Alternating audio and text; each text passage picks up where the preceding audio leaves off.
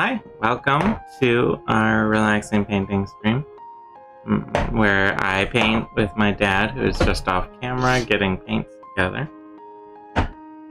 Today we're doing even more dungeon tiles. This is part of a different set we're trying out that will be, well, part of two sets actually. One is parts for the Shadow King throne room. Here's a really big cool throne that's a little hard to see because of it being all mono black right now. And the ritual chamber, we will be painting parts of that. It has these glyphs in the walls that you see here. These are glyphs I designed. These pieces are all 3D printed here on those printers that are behind me. If you're interested in seeing some of the designers, go to our website DysonDungeons.com under the attributions page.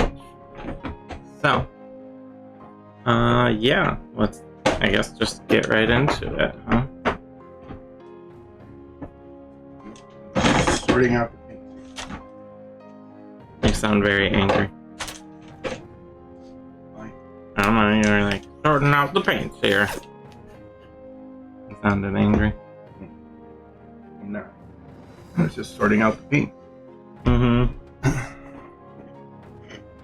So, what's getting painted what color? Alright, so we're going to be going relatively simple colors on all of these pieces. All of the walls in both of these sets are going to be in the neutral gray,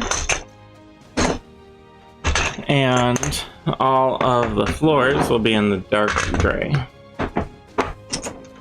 So Lots of neutral gray. Well, we have enough.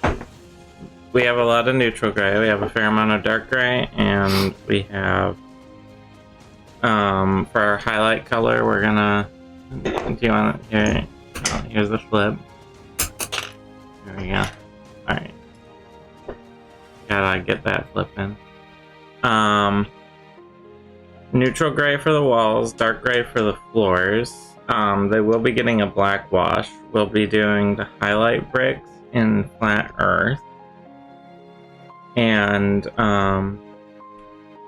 then there'll be some different things, like probably some brass and stuff for the sigil here. And there's chains on this throne that'll be painted differently. So a couple of these are going to be a little like detaily, but most of it is just going to be a lot of neutral gray and a lot of dark gray for the start of the day today. When we're working, we have these risers. They're like extra thick floor tiles and stuff, and stairs. So if you look, these big chunky blocks we're gonna do in dark gray. The big chunky blocks on top that are floor tiles. But this part, the bricking below, will be neutral gray, like the walls. To match their cut. Okay. Just so you're on board with it. So you're starting with neutral gray?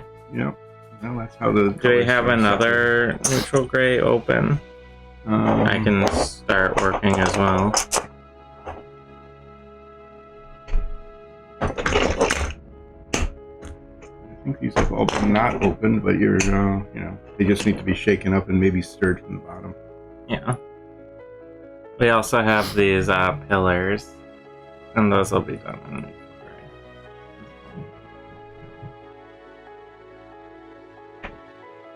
gray. Stir it, here's a stir stick.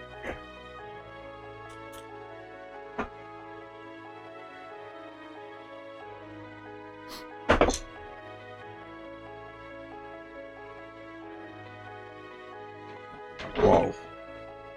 Yep. Two different sets, right? Two separate sets. Yeah.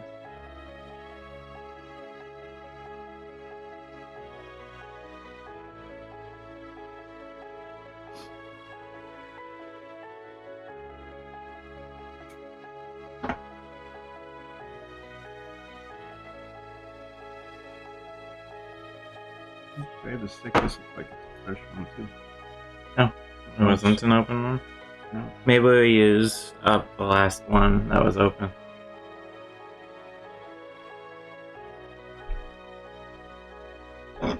I am going to start with the corners because they are the most annoying to do.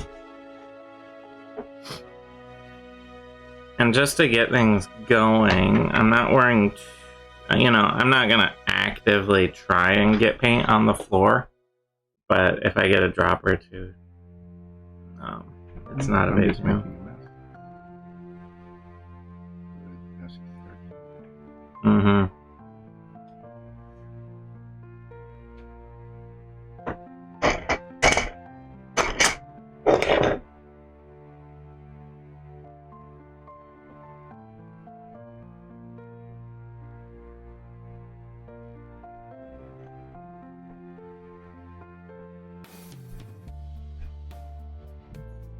Okay, good.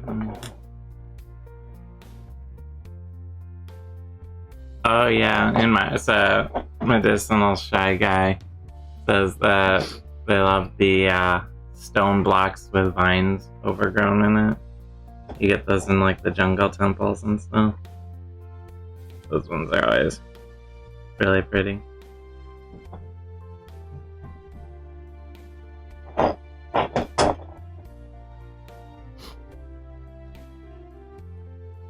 Okay, I was just wondering if we were trying to get it into the mortar joints, but not necessarily.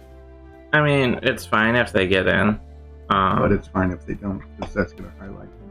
Yeah.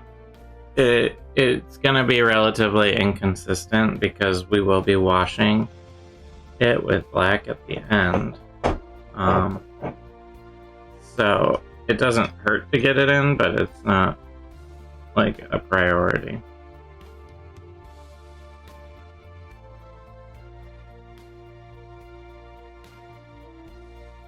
So the neutral gray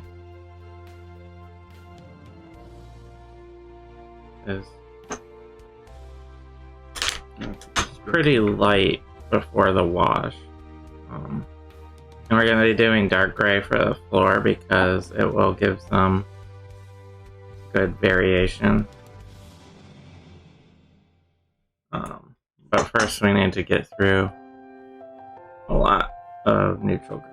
It'll be the first portion of the show, really. It'll be all of this Grayness. graying, and maybe we'll get to some fun detail work afterwards with the throne and the rune and everything like that.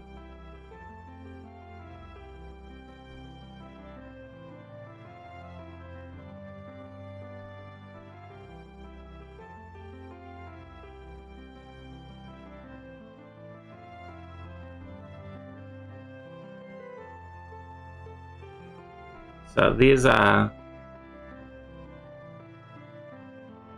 corners take quite a while to get fully painted just because there's a lot of wall. There's a whole lot of wall in these corners. But so this gives you a little bit better idea of the shape of it. Painted in the floor. Once it dries a bit, we'll be able to put in the floor and the details. And I have six corners today. That's fun.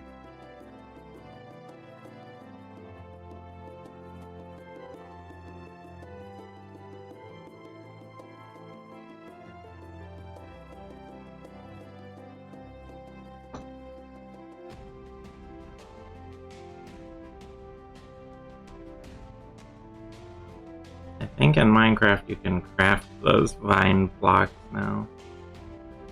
I think they added that functionality a while back, where you take vines and you add them to the brick. I haven't played them sometime.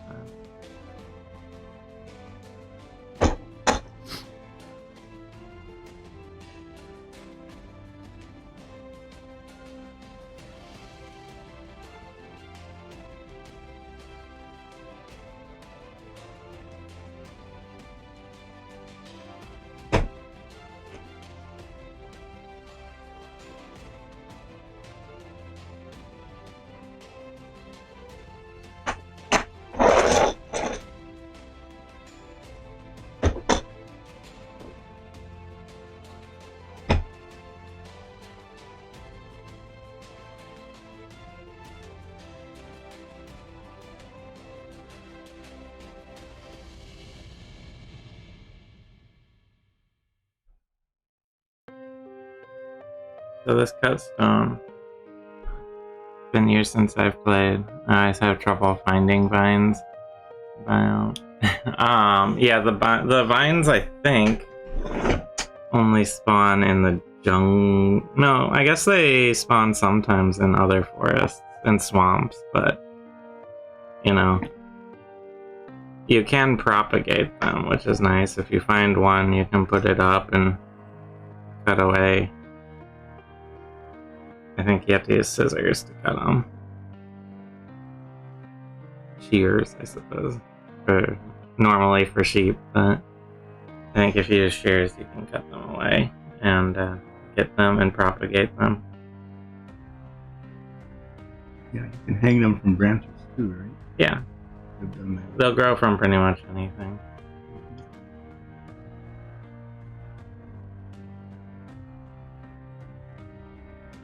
I haven't played in a long time either, but it's like vines hanging from the big jungle trees. Yeah. But they grow on swamps and stuff too.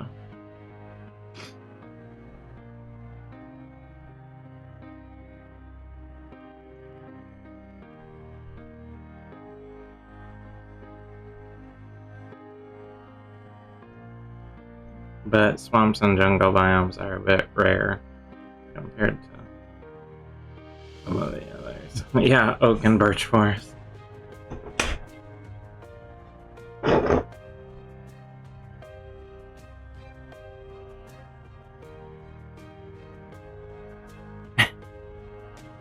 You dig supermassive pits, fill it with livestock, and then mess up your frame rate, basically. Yeah, that's. I think a lot of people will do that. Just, well, this is my cow pit. I know I will. That's an easy way and a nice way to maintain control of the livestock.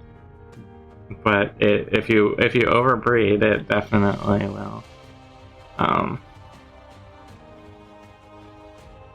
destroy your frame rate. Although I found the thing that hurts the frame rate the most is when you start messing with redstone, and you have like repeated task things that redstone is doing,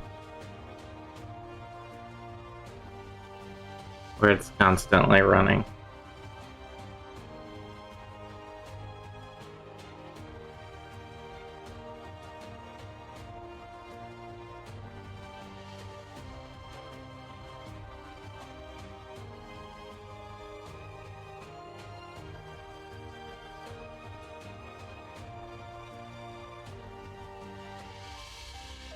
We made a redstone lighthouse once that, like, kind of, it had like an array of glowstone in it,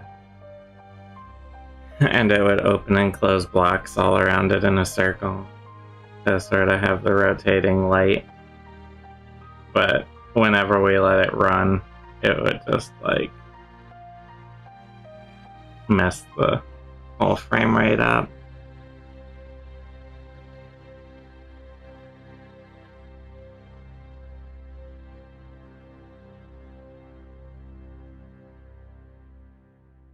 So it was more of a proof of concept than a functioning lighthouse in a lot of ways.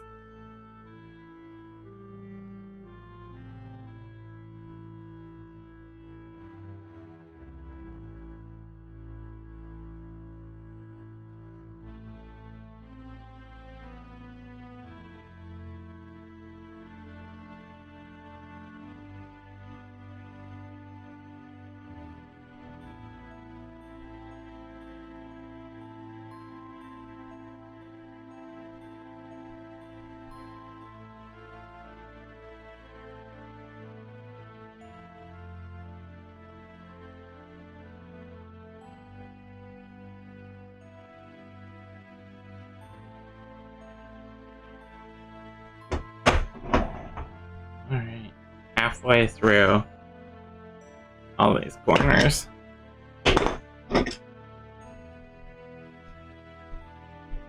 There are a lot of them. Mm-hmm. You doing rounded corners? Mm-hmm. Because that's what was closest.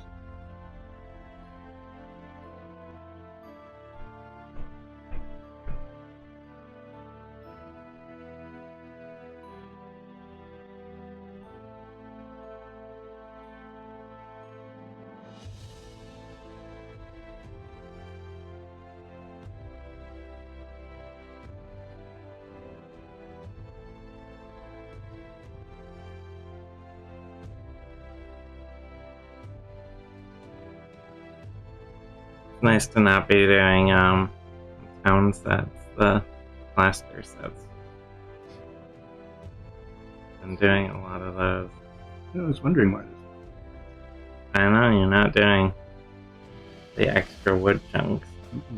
Makes it all much easier.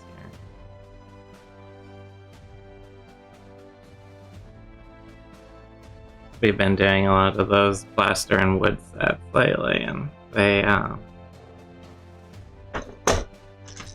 definitely take a bit more effort and concentration than these stone ones where you just paint in the color, add in the details, and then wash.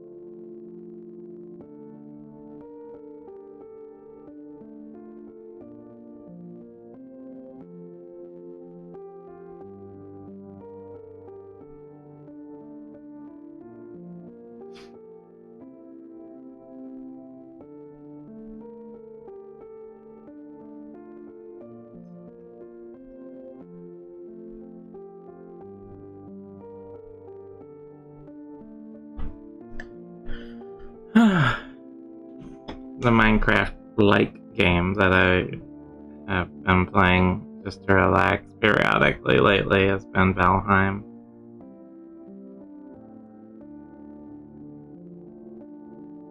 It, it has the building aspects of Minecraft and a bit more emphasis on the sort of survival aspects too.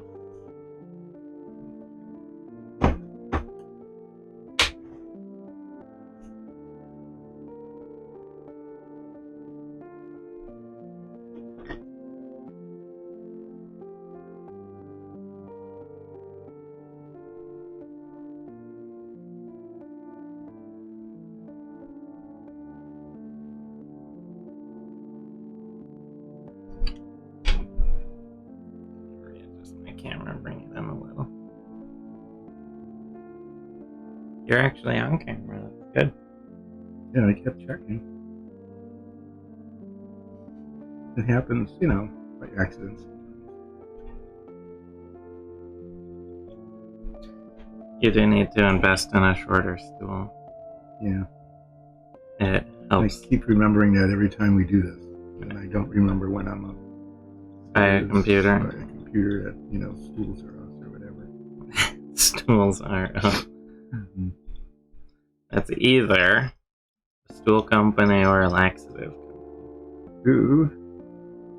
What? I hope I don't get the wrong one. Well, you'll find out pretty quick.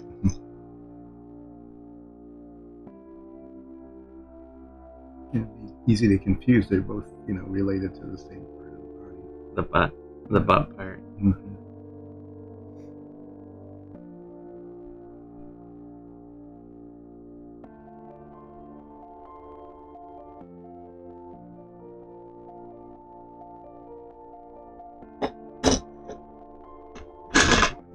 Big giant one. There's two of those. Yep.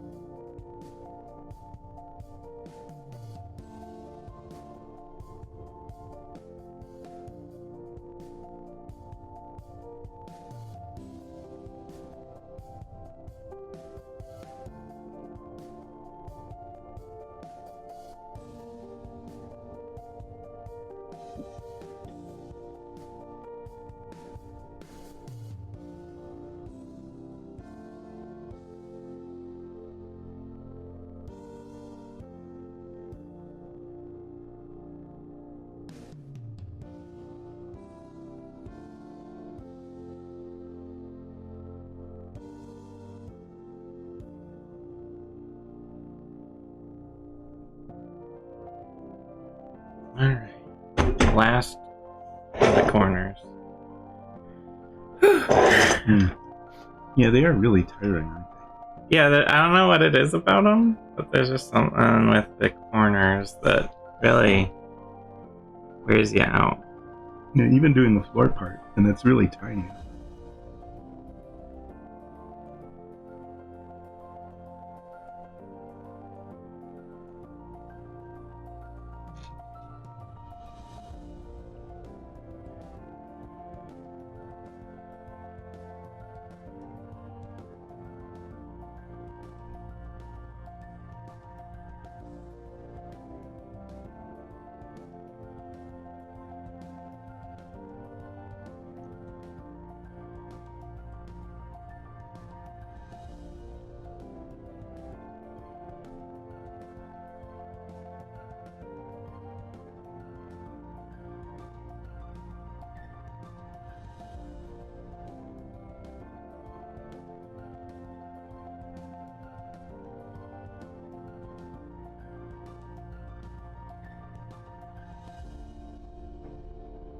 There's just so much surface area ultimately, I think. And they're a little awkward to hold.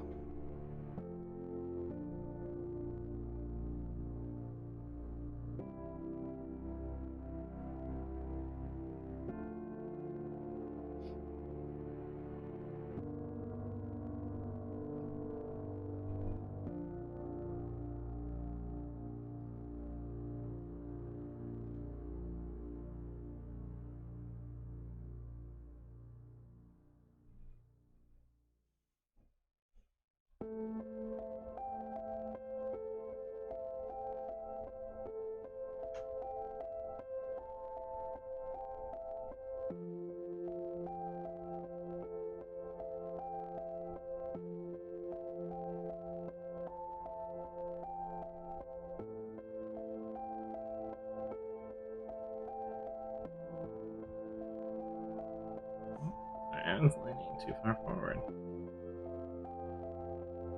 Yeah, dude. Yeah. Mm-hmm.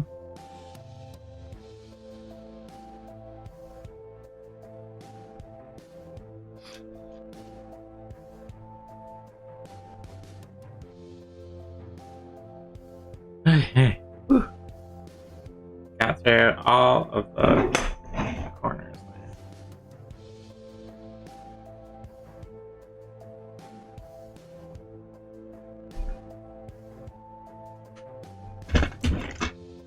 Okay, now I have a whole bunch of walls.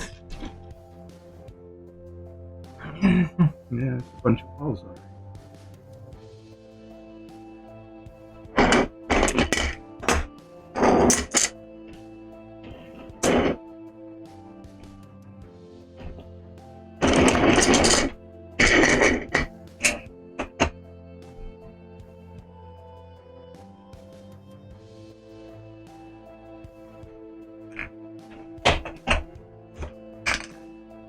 Pieces.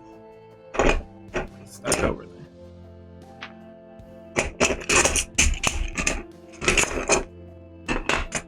Just rearranging some things on the scene. Here. Alright. Before I tackle the walls, I'm gonna tackle some of these pillars. So do you think the bottom of the pillar should be in the dark gray? Mm-hmm. Okay.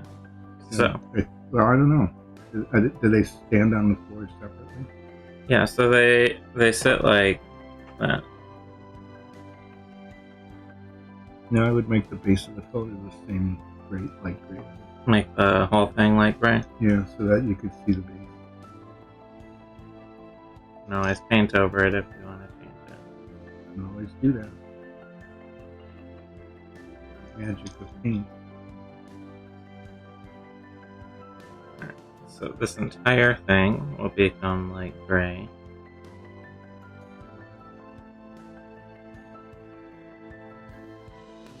Get basically the same treatment as the walls. You think Nines is gonna buy a dungeon? This is the chat. I think the set was sort of nicknamed right now, and amongst us, the Shadow King's throne room. but I don't know. Is Nine's a Shadow King?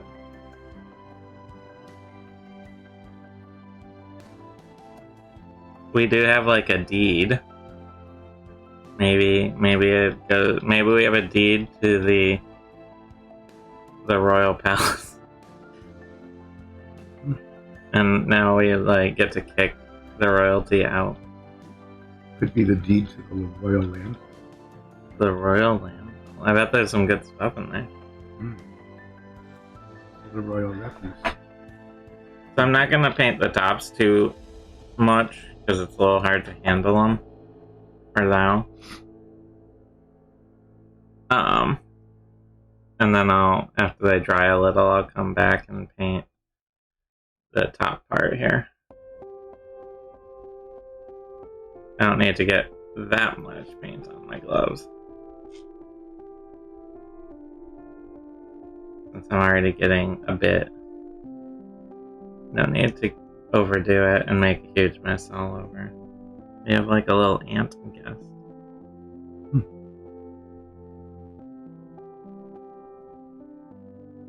There's not really any food down here, buddy.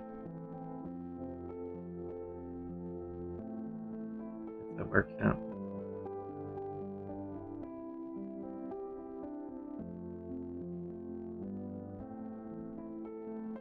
I don't think ants should eat paint, since no one should.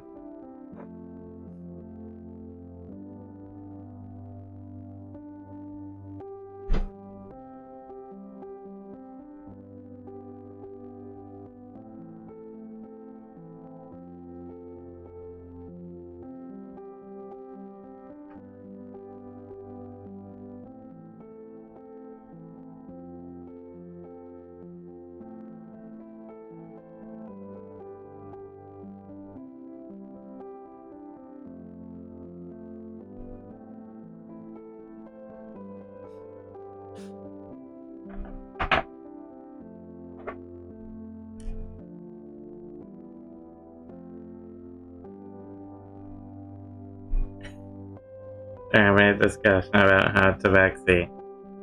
Just, they don't really buy things in the traditional sense.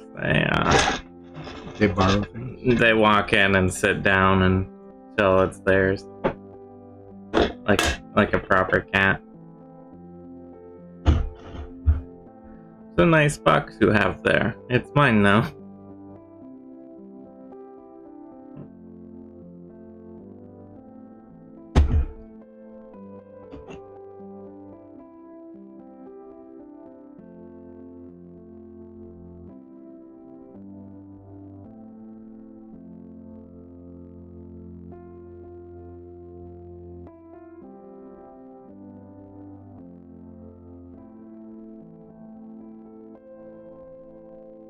The legal system in Tabaxify is either extremely complex or extremely simple. Yeah.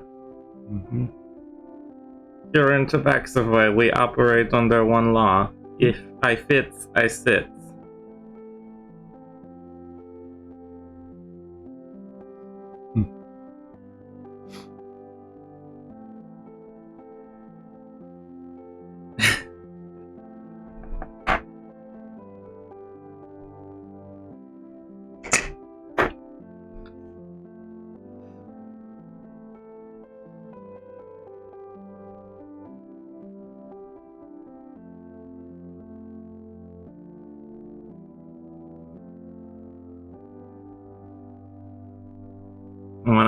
I found one of our cats recently asleep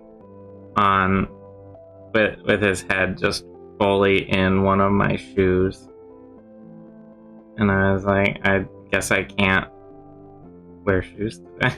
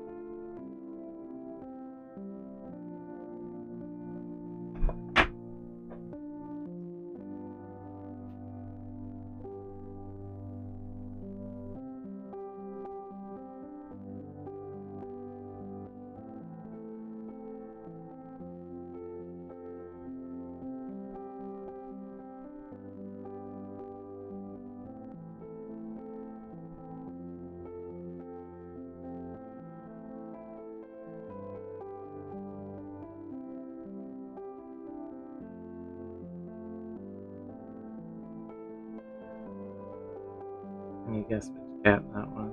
Mm-hmm. That was just It was that. Yep. Because the other one doesn't do sorry things. At least He sleeps on the couch all the time. Mm-hmm. Same spot. The exact same spot every day.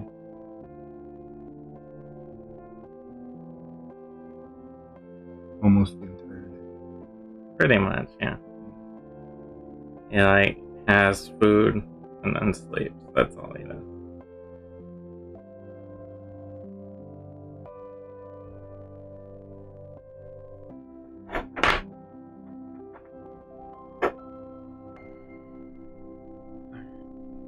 Last pillar.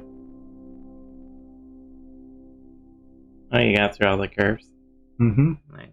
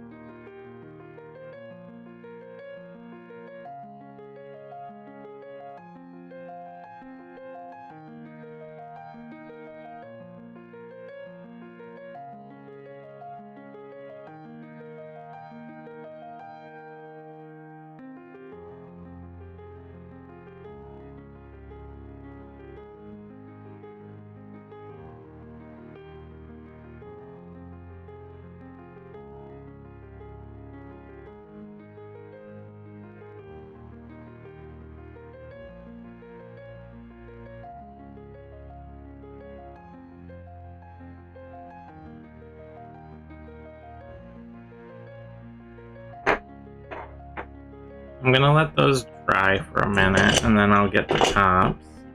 So for now I'm gonna be doing just the plain old-fashioned boring walls.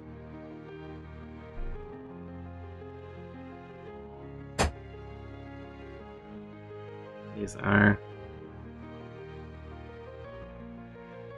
just sort of there all the time. You know, they're good filler for in between cool windows and help build out the whole set. They're nothing exciting about them. Nice straight wall. Yeah. These have little arrows. Yeah, yours have arrow slits, which come out a lot better once you have paint. You can't really see it until there's paint. Yep, and you can.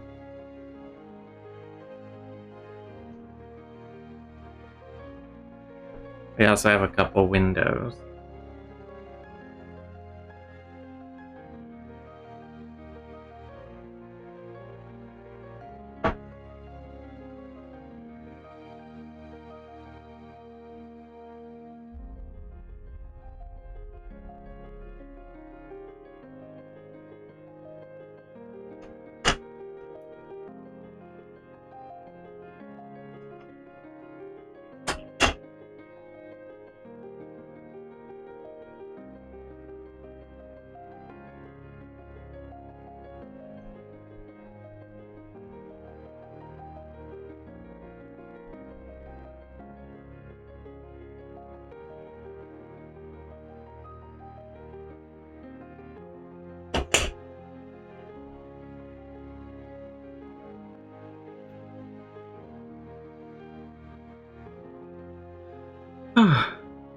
Once we get through to this part, it'll all start to come together a lot more quickly.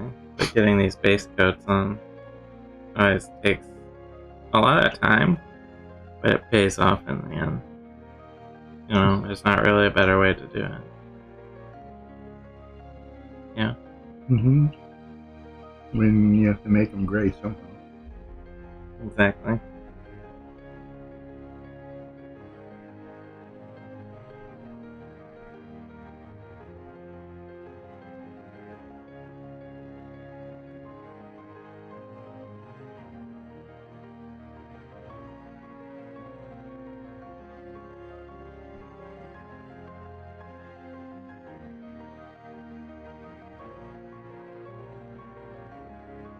Well, hey, thanks for the follow. Welcome.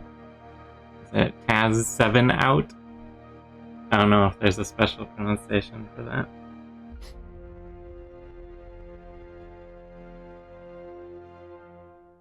we are doing some dungeon sets. These are for D&D. We use sets just like these in a D&D stream we do on this channel. Sundays at 2 p.m. Eastern. But we print and paint all of these sets here. A lot of it on here on Fridays. We usually go till about 2 p.m. Eastern. Each of these sets is have magnets in the base. They're kind of cool. Mm-hmm. They hold like No, they can't see. you can't see it's off camera. It's off camera. Oh, wow. Now is it on camera? Yeah. Do they like that or this? So you can rearrange them in many different ways, and as you're playing, they'll actually hold together, which is kind of a nice thing. Yeah, and you don't want your set falling apart in the middle of the battle. Or using a lot of dungeon tiles use a clip system, where you have basically a double-ended clip that goes into holes like these. And these are compatible with clips. But I have never liked the clips, because if you ever want to rearrange them, now you're putting a lot of pressure, pulling or pushing on pieces to get them out. A lot of the clips are like almost semi-permanent in my experience, and yeah, otherwise you break the clips off and then you can't get them out of the slots anymore, and then yeah, or you break the piece because you've been pulling on the wall or something, and it's kind of a mess, you know. So the magnet system, it lets you have clean edges. They hold just enough where they keep everything together, and they come apart easily without any issue. So in the episode it just aired, didn't it? The Brucalian episode. The Brucalian fight, our big bad fight for the arc we were in. The DM was able to rearrange the whole battlefield. Yeah, twice during the battle. Yeah. Just rearranged all the pieces right there during the stream, so that was pretty cool. You can see that on YouTube.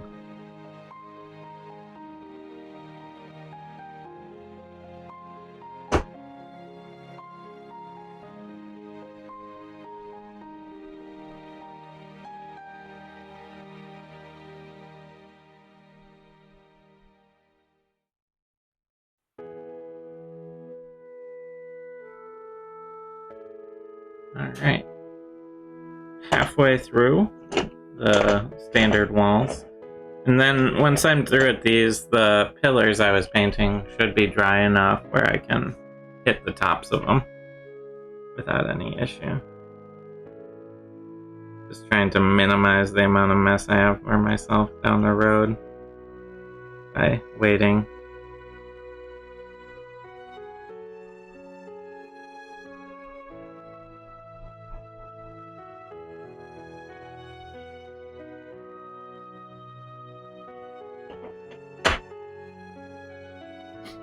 I think what I'll do next is take out the dark gray and paint the demarcation lines. You can. There's also a lot of just floors. There's that big stack right there of just center floors that can be painted just dark gray the whole way. So we're doing a neutral gray on the walls here, and then the floors are going to be a darker gray. And all of it will be given a black wash, but first we have a brown color, flat earth it's called, that we're going to be randomly dispersing as a highlight brick color.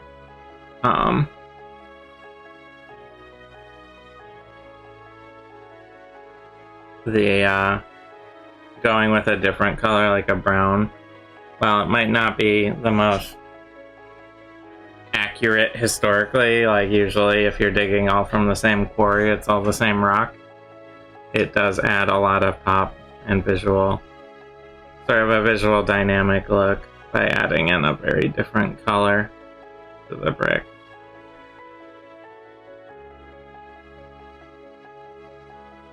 So I think, especially in a fantasy setting like D&D, that is worthwhile.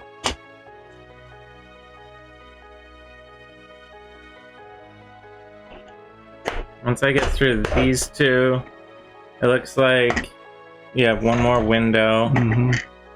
There's a couple of these inside corners. They're just a pillar. That won't take very long to do. Then we have a double wide doorway and a single wide doorway in the bottoms of the risers.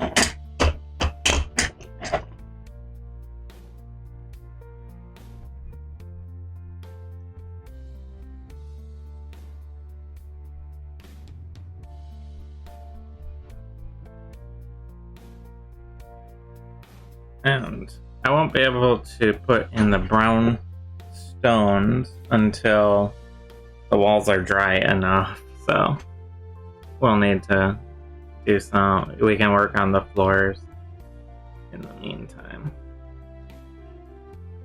because ideally you never paint on wet paint, especially in something like this, because it will run and mix and everything. And sometimes mixing paints can be really cool, but when you're looking for a consistent look all the time with something like a stone wall, mixing colors can be a little fraught because you can usually never quite get the mixture the same. Unless you're very, very exacting in your measurement.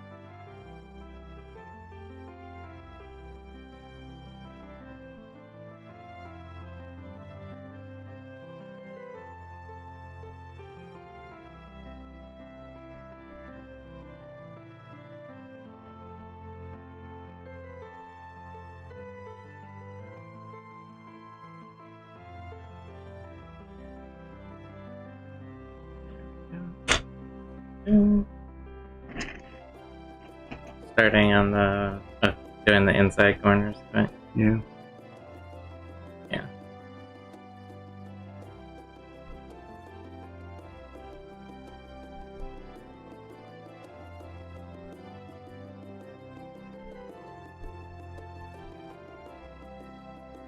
Alright, so there is all of the standard walls. Here are the inside corners. I will get the little bits here on the door frames. They're a little hard to see. All black right now, but as I put in the gray, it'll clear up a little.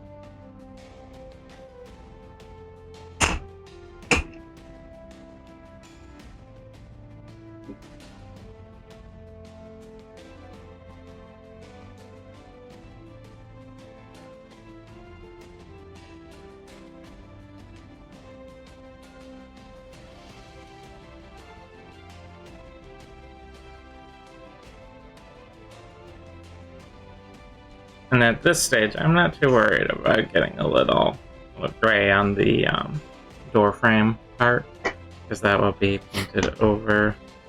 Thinking either red, brown, or dark brown for wood frame.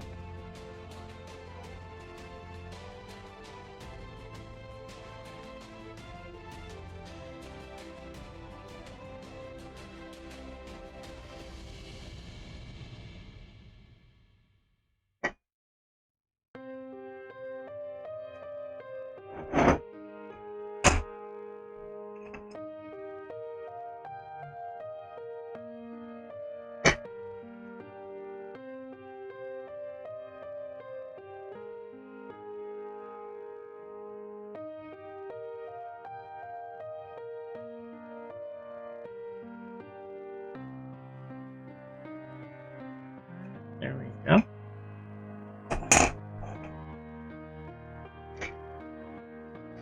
And now the double wide door has slightly more tone to it, but not all that much actually. Probably about one standard wall's worth.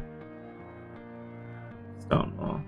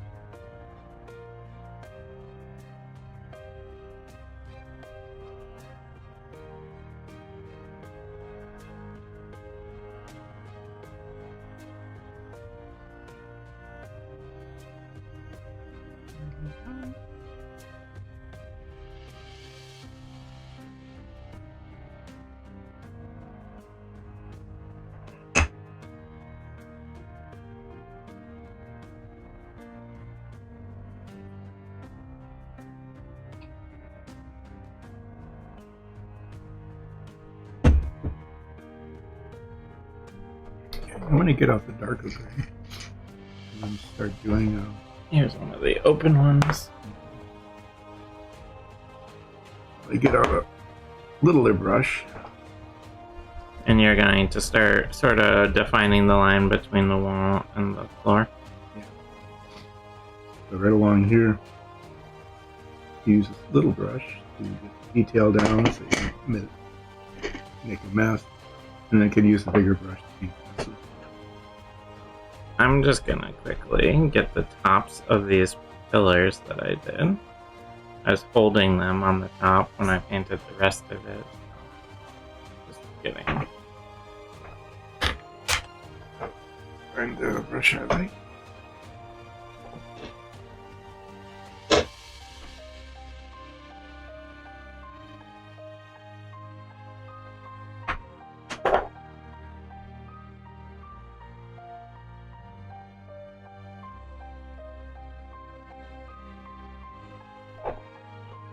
Paint ready, and then we start with the ones I did first.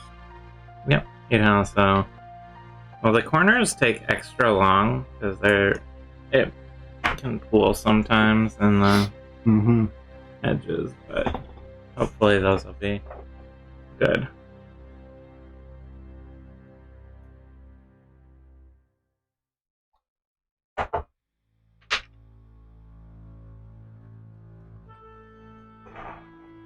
Started with the corners. No, they're nice and dry. I'm going to be doing this. And what that lets us do is get the I'm going to be working quick on these risers, getting the sides of them. what my dad here is doing lets us do is use a larger brush without to do the rest of the floor, and it gives us a little wiggle room before so we don't hit the wall.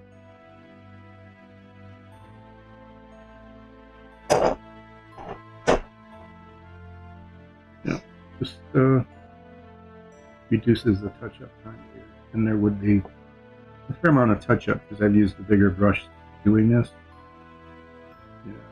Yeah, it's messy.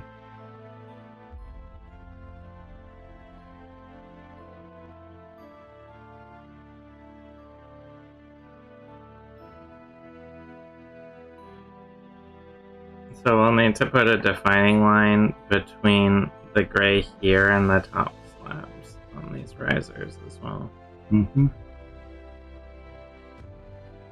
So that will be a similar situation, just from the bottom instead of from the top.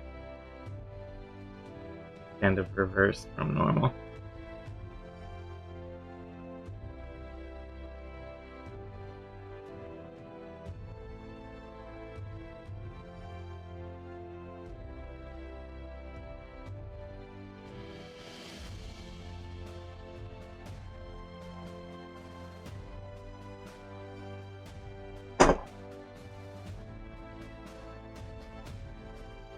So these risers are so that the throne can sit sort of on a dais.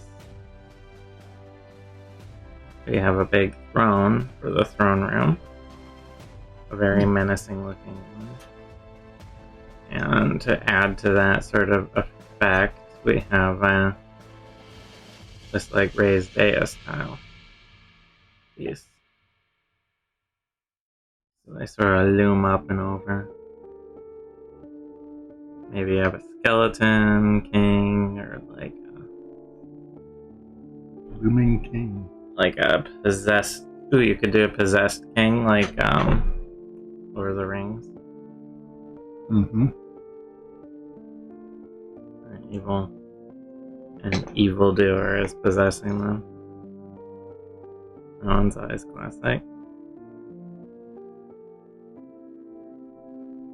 Kings are always susceptible to possession. Mm-hmm. Usually from some sort of advisor. You know. Or vizier, or...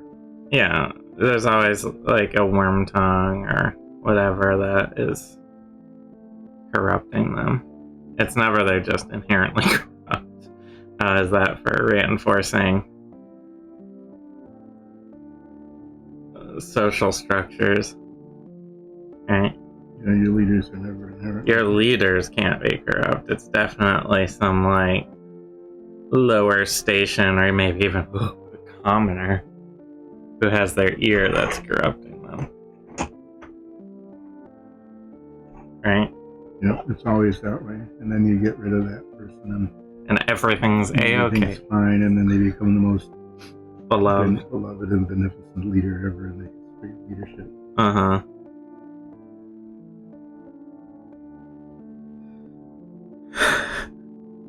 Nice case.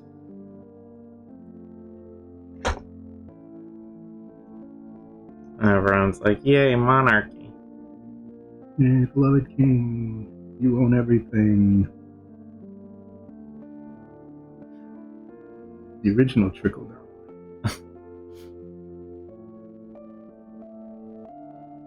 I feel like there was actually more trickle down in the monarchy than in our current system.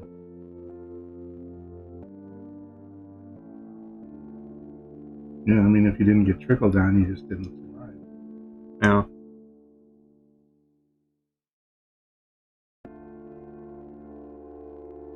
Farm my land. You can have what's left after the harvest.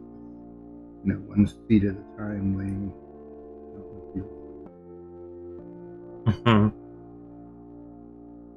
Usually, actually, they probably have like a little garden sort of thing to set up to feed their family on the side.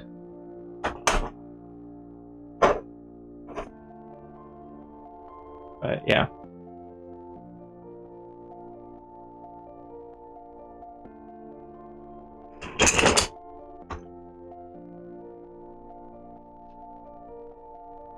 Giant round.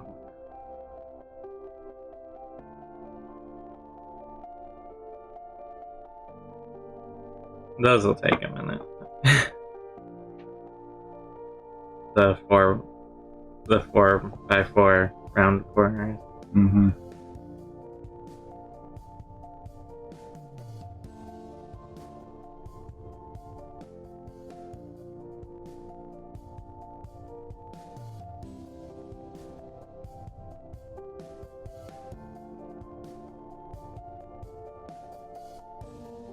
How about like a fantasy story where you think the Vizier is like the, you know, like the worm tongue advisor character is the bad guy? And like, because they're always whispering in the king's ear and stuff, and then they remove them, and it turns out they were actually tempering the king, and the king is way, way worse without them. How come you don't get that? The king kept going like, let's go to war for fun. Let's kill all the peasants. And the advisor kept like, we really can't do that. And I'm like, aw. That would never happen in real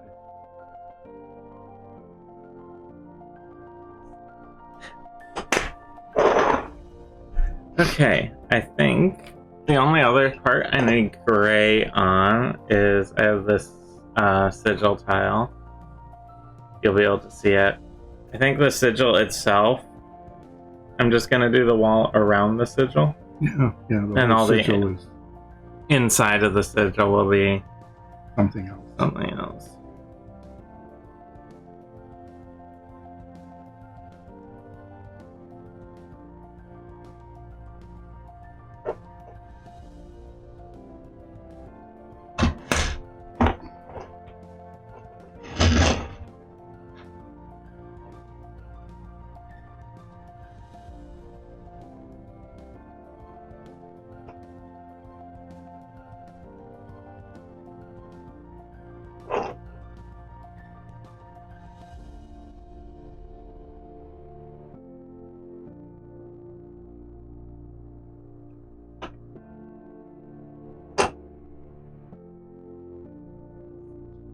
So, just roughing in right now the gray around the sigil.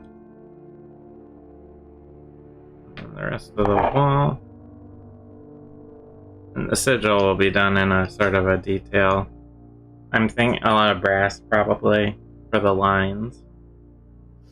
And then I'm not quite sure what in the middle yet, in the center parts yet, but we'll figure that out.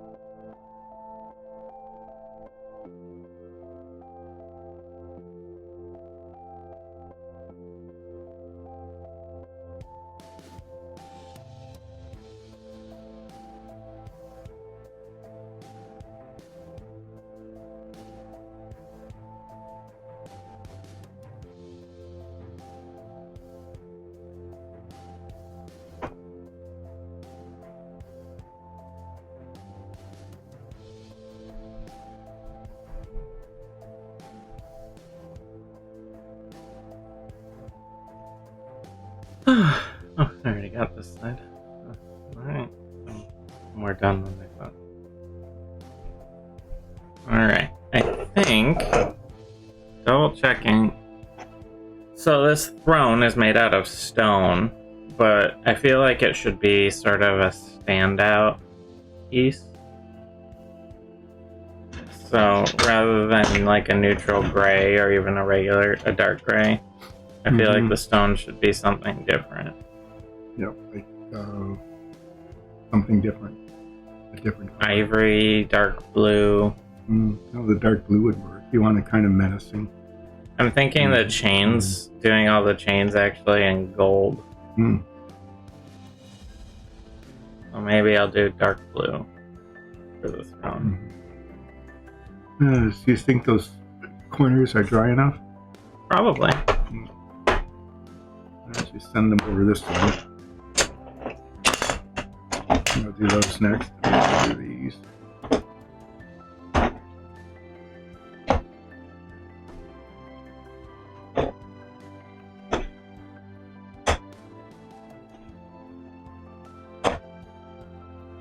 Hopefully dry enough. Alright, so should I paint, you think dark blue would be good, like the field blue? That's always a good color. Yeah. I'm wondering if I have that out. It'll be a more dark and menacing throne. You could also do like ivory. You could. With a black wash on it. I don't know. Yeah. Do you think lighter or darker? Well, yeah. Darker is more, threatening and all, but the lighter would show up against the dark color. The gold would pop more on the darker. Oh, let's see. Not the medium blue. Is this the field blue?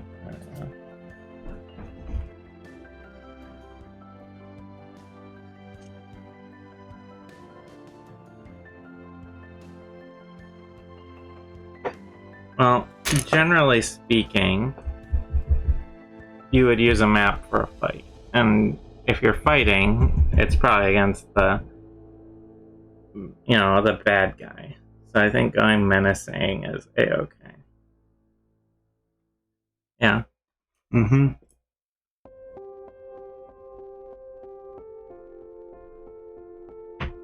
this time, I always put 4 coats of ivory over it.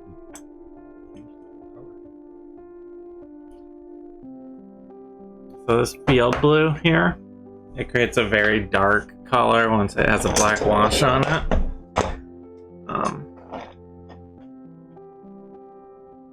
So I'm just gonna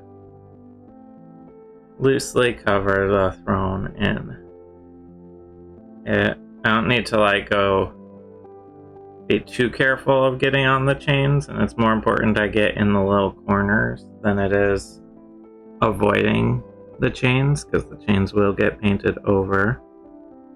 But I just want to really get a good base coat on.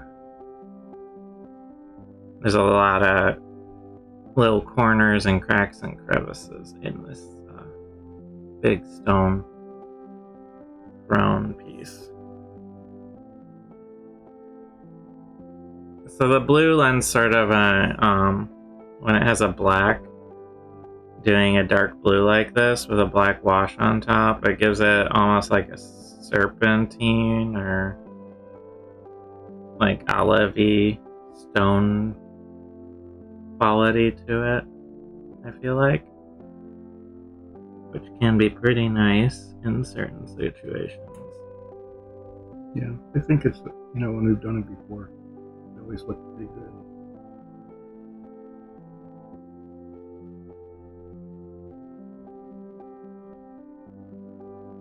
And then a lot of the detail work will be done carefully with a very small brush. But for now, I just need to get the base color worked in there. And this is actually drying quite quickly, which is nice. This field blue.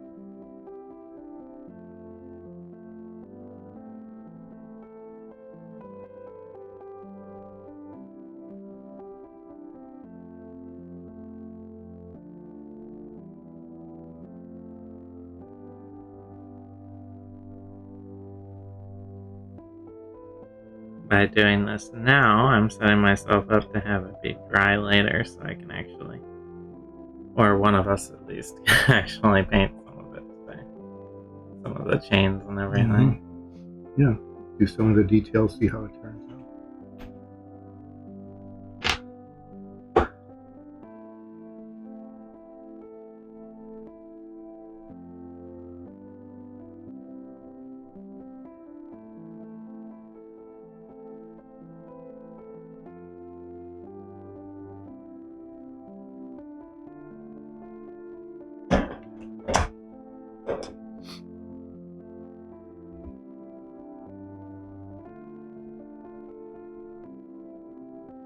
Working in, because anywhere there's not a chain or some other feature, you don't want, you want the underlaying stone to sort of match.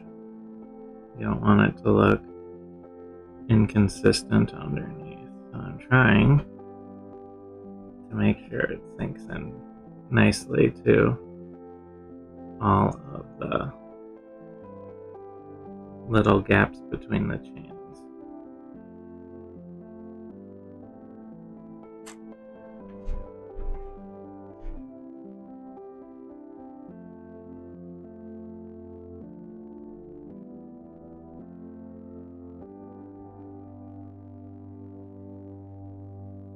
This does not have the vibe of a benevolent ruler throne. That's for sure.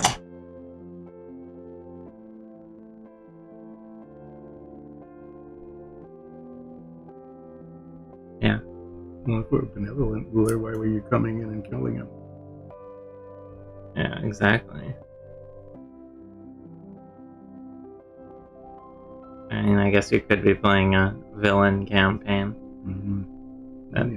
That is a thing. Okay, so I have a field blue base coat over this whole throne now. So we'll let that dry for the time being. Close that up and clean my brush. How's your dark gray go? Not bad. You got 4 of the 6 corners done. And all the round ones done. The corners take so long. Yeah. Yeah, it just seems like, well, double everything, right? Yeah. So I'm just cleaning off my brush, and then what? Do you want me to help put in lines, or do you want me to start filling in the floors? Well, why don't you start filling it in? I have a lot of center floors too. That will take a while. A little bit.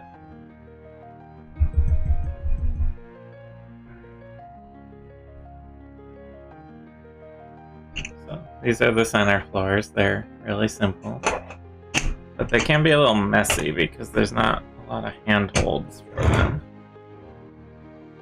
So I'm gonna also be taking the neutral gray, or not the neutral, the dark gray.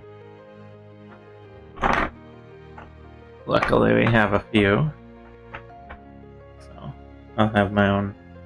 Your own bottle? Little, bottle of it.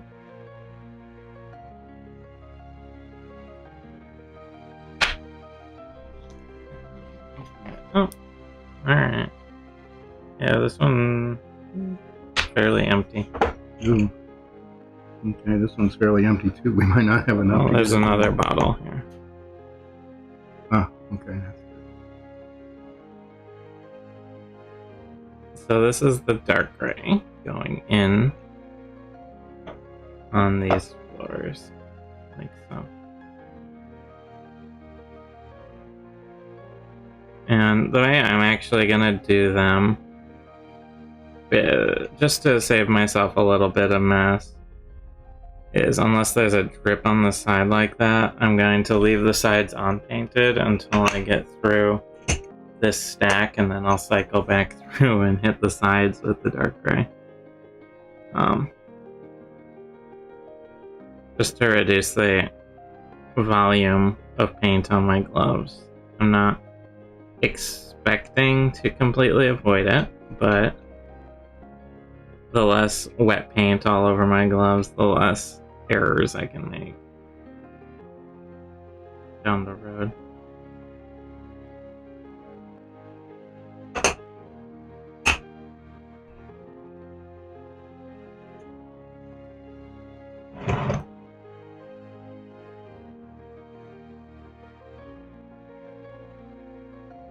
Alright. Along here. I'm gonna readjust the camera. This is where it's sort of comfortable for me to sit right now, so.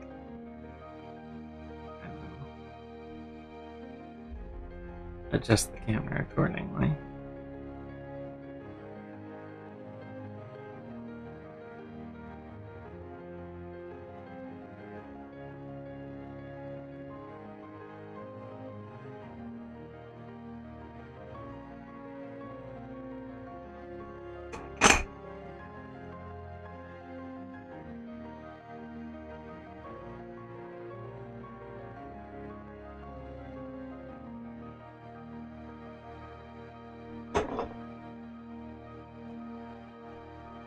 And we need to remember to actually order paint after this Yeah, episode. need to do an inventory, don't we? Yeah, we always forget.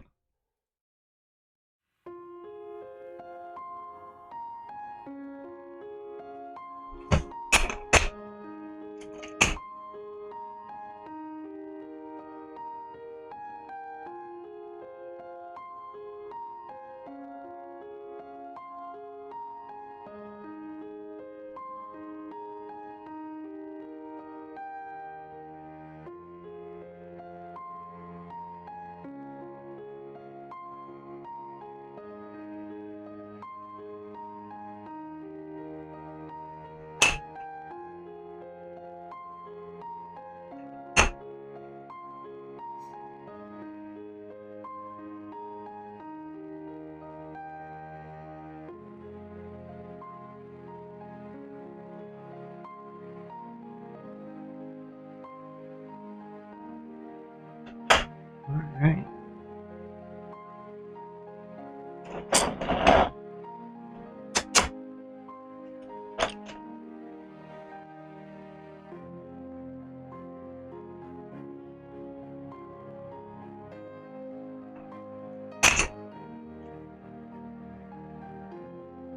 The floors don't take too long, at least. No, they're fairly flat. Usually huge. Yeah, pretty straightforward.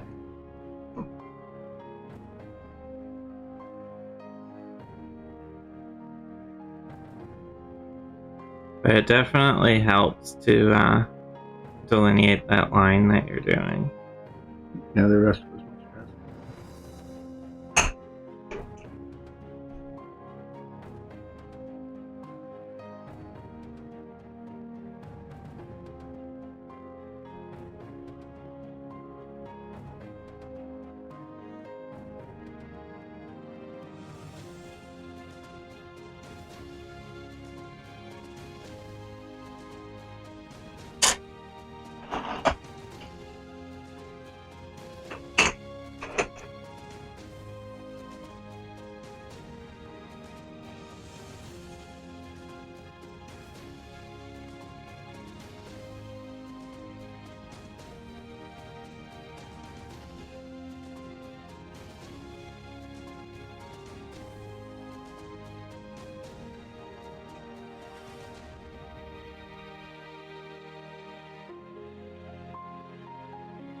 Okay.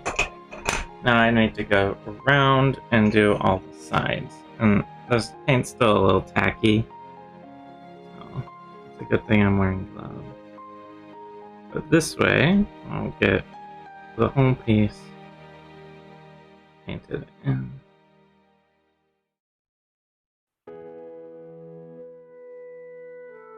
Like that. Get all those edges. Watch out for droplets that form along those edges.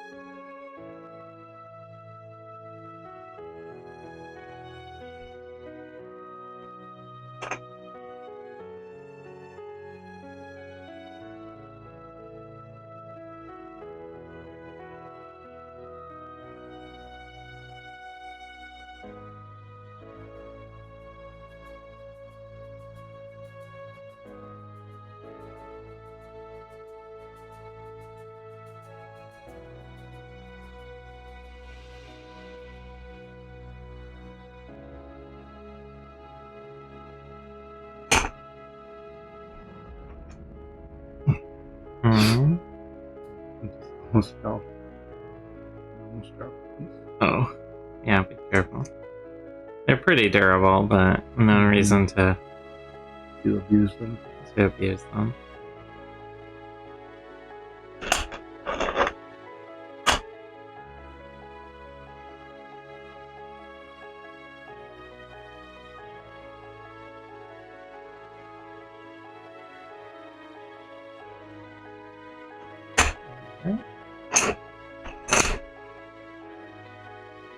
Getting through all of these 4 tiles.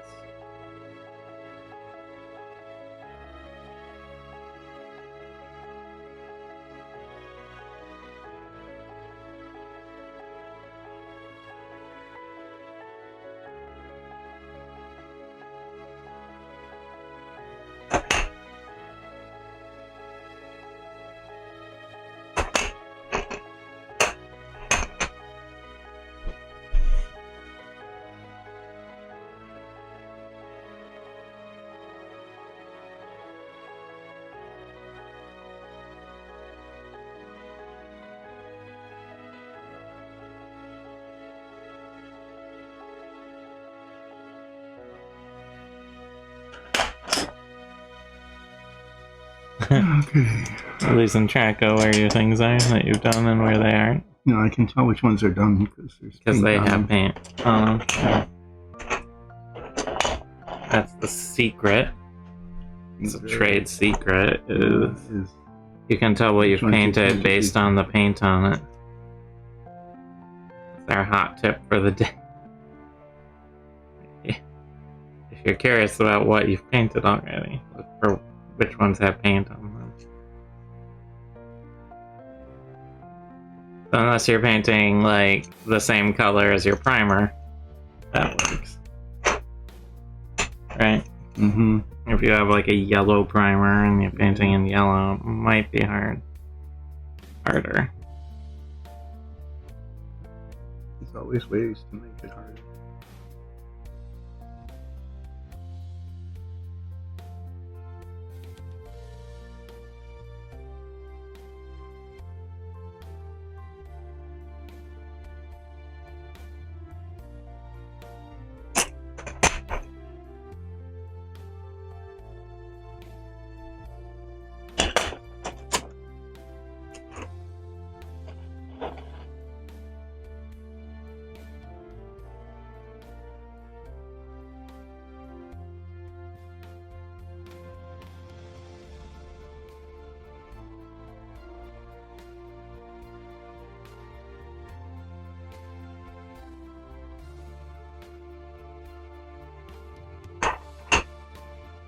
Okay. Now that those floors are in, I'm gonna run up and use the restroom. Okay. I'll keep doing this. When I come back down, I will start going through all the rest of that with dark gray. Also great to spot my glove. So, see you in a bit. I'll be right back. No, just keep painting these lines. Yeah, we're painting. Yeah. So here I am being entertaining. Painting lines.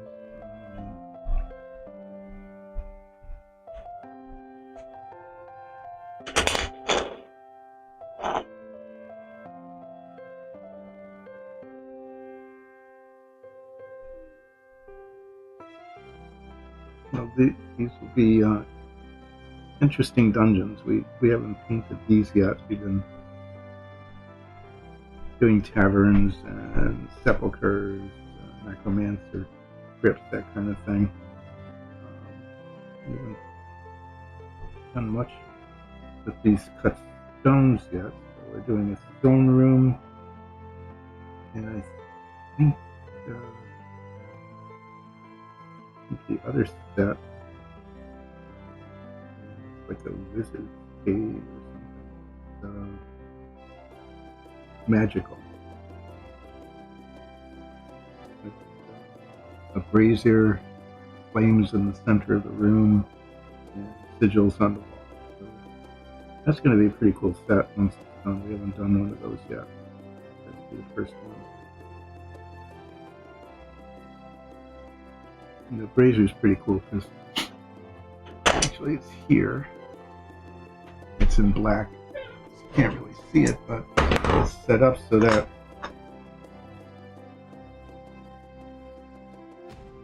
this just sits in the middle of the room like this, unlit. And then when the DM says that there's fire, there's a flame. Turn the flame on. It's set up with a magnet inside that holds.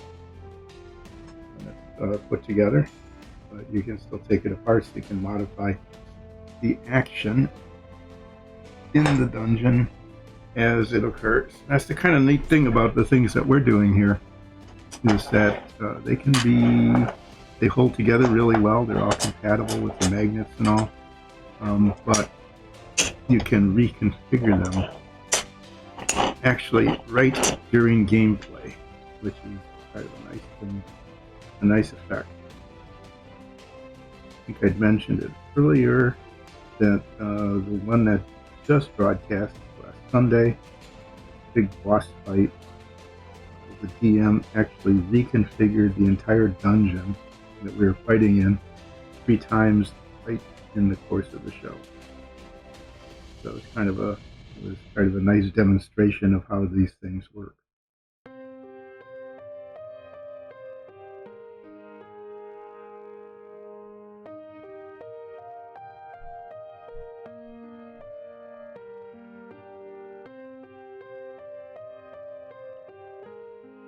Continue to, with the finer brush, paint the demarcation lines between the walls and the floor. So we can use the big brush, get lots of paint on through the actual surface of the floor without making a mess on the wall.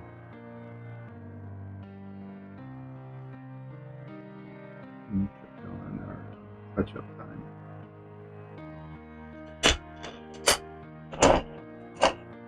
Oh, it looks like, I'm getting close to being done. This throne room dais will take a little longer. There's a lot of edges.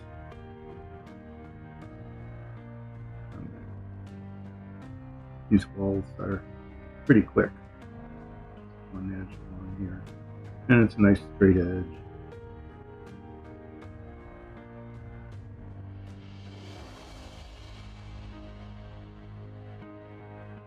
The side bits actually take almost as much time as the top.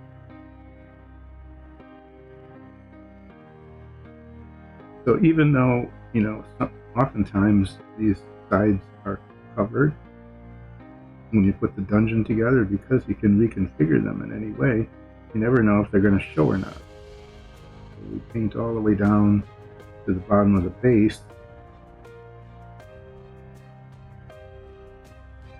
so that you don't have your primer showing where rough edges showing as you reconfigure your dungeon.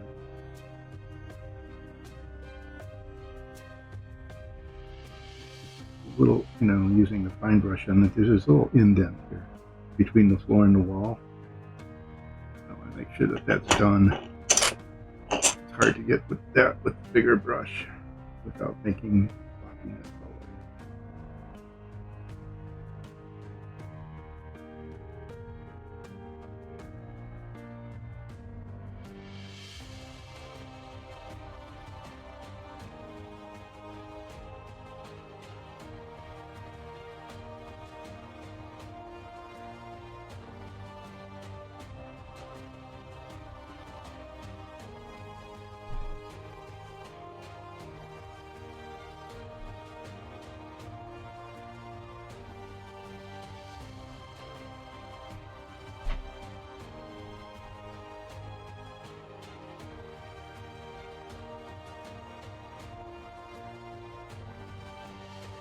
Welcome back.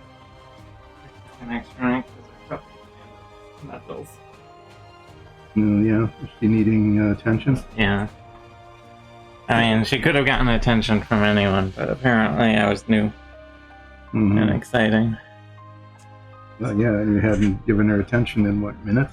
Yeah. It's been minutes and minutes, and so, yep, needed to be done. Alright. Let's see, what do we got? These inside corners. I'm gonna make some space quick by moving the floor tiles here up and out of the way. Alright, so gathering together all of the pieces that I will be working on, which are the pieces. So that line of gray right there will give us a little separation from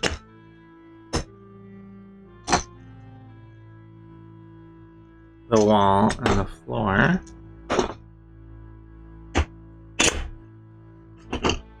I'm just gathering together all of the ones you've done so that I can start working on them.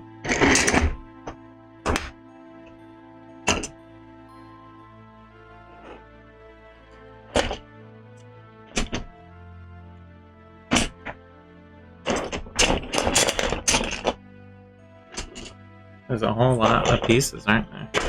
There are a lot of pieces. No, there's 2 dungeons. It's pretty ambitious effort here getting these done. Well, you know, we'll get as far as we can today.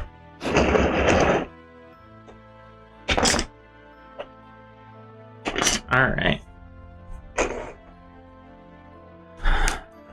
I'm gonna set these over more towards you to give me room. Yeah. Yeah, they take a lot of table space. When they're all separate like that? Yeah. Mm-hmm. And you can't stack them up on top of each other. I guess I'll start with the biggest floor section, which is this larger corner. We have 2 of them. Up a little.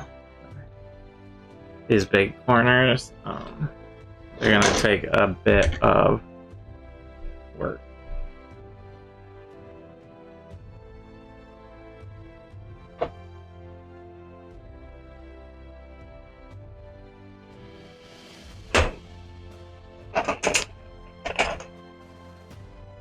With the dark gray here. So I'm gonna use a relatively similar strategy where I'm gonna get the top painted, because that's the area I have to be the most careful, because even though we have that line, I still need to, you know, not go over it too much and hit the wall. The line doesn't stop me from doing that. Right? No, it doesn't. Unfortunately, it's not an invisible wall of force. It's a thought. Yes. Good straight lines is to use invisible lines, of course. Yeah, I bet.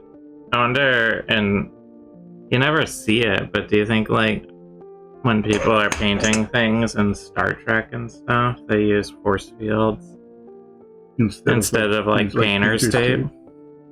Yeah, I mean, why would you use something like painter's tape when you could just program a force field to operate the same way?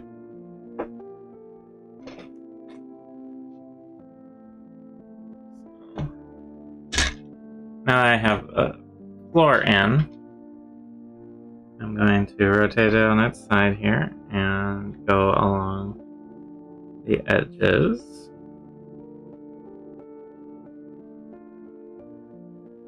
Like so. I see you did the line down the side too, that's helpful. Yeah, well, there's a little indentation there that's kind of a pain to get into. Yeah. Alright, there we go. One base coated piece. All done. Except for the brown. Yeah, that's right. We need to all the little detail-y things. Yeah, but we're getting all the gray in first, so we can start doing a lot of the detail work later.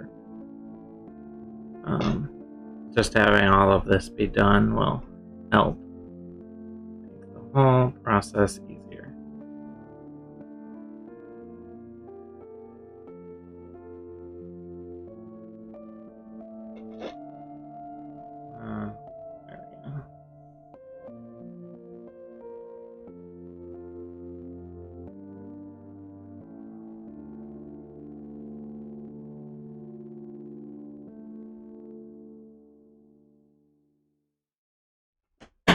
Dang it. Did I? Well, I found a candidate for a brown brick. I got a little gray on one of the bricks when I dropped my brush, so. Yeah, we'll have to try to find that one. That one will be a brown brick.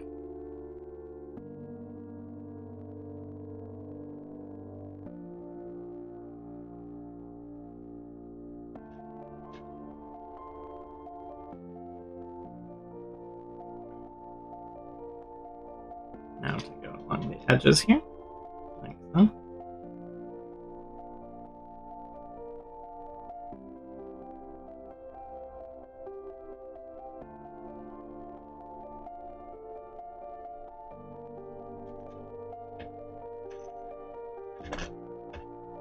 Alright.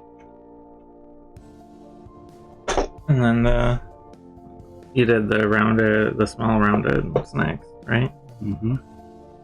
Yeah, although it doesn't much matter, but if you're doing the same color paint on paint. True. But, you know. Yeah. It doesn't hurt.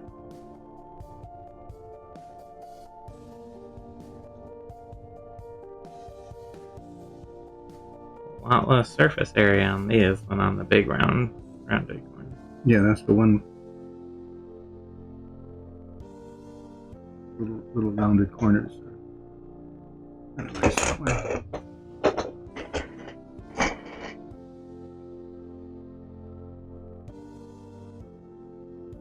Oh, okay. Mm-hmm. No, I was wondering where the other window was. I already did it. This one must have been way off to the side or something. Might have been.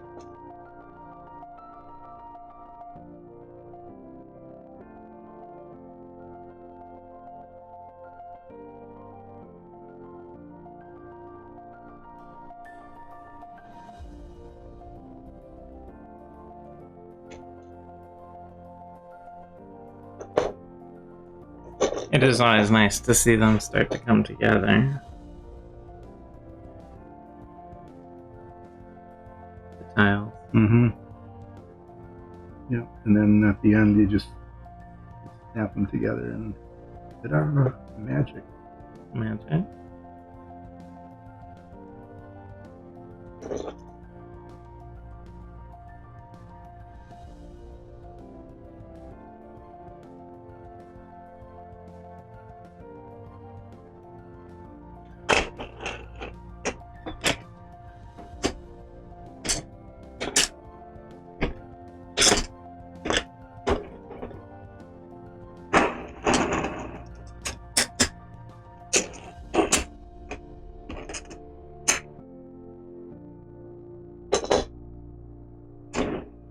So many pieces.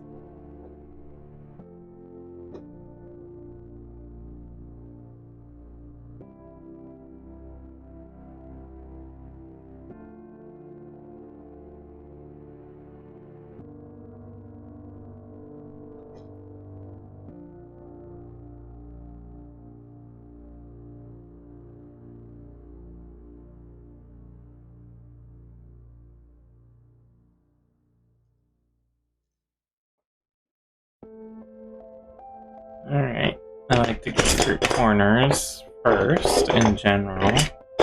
So I'm gonna pull out all of the corners here.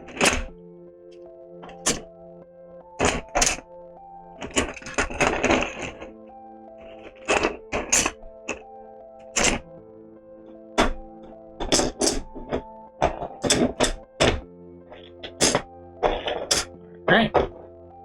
Luckily, the corners have smaller floor sections than the big rounded corner did. They actually technically have smaller floor sections than even a regular wall. Mm-hmm. You just have to be a little careful because there's a lot of wall to hit accidentally with your brush.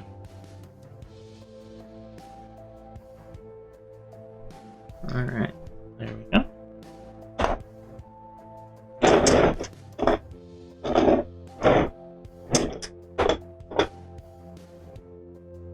So they're definitely looking a little bland and flat. When we add in the brown stones, that will help, but what really makes it pop out and sing is the wash, which can't be applied until the very end, of course.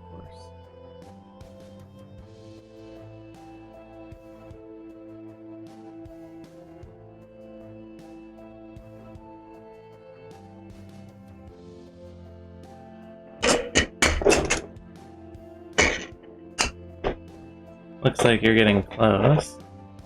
Yeah, those will take a while. There's a lot of contact points on those. Oh, on the risers? Yeah. Mm-hmm. Those will definitely take a minute. Luckily, there aren't many of them.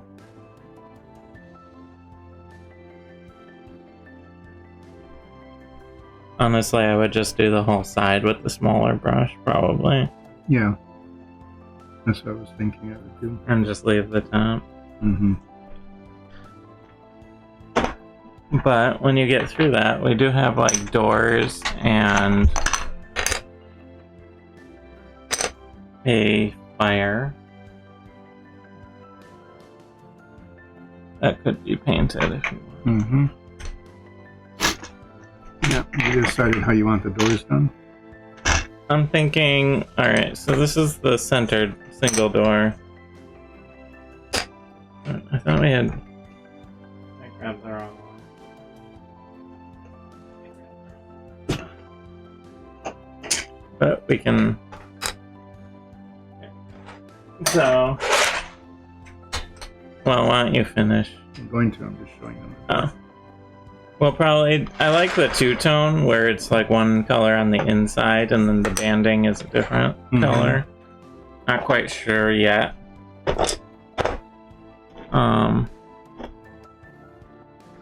How I want that to sort of take shape, but...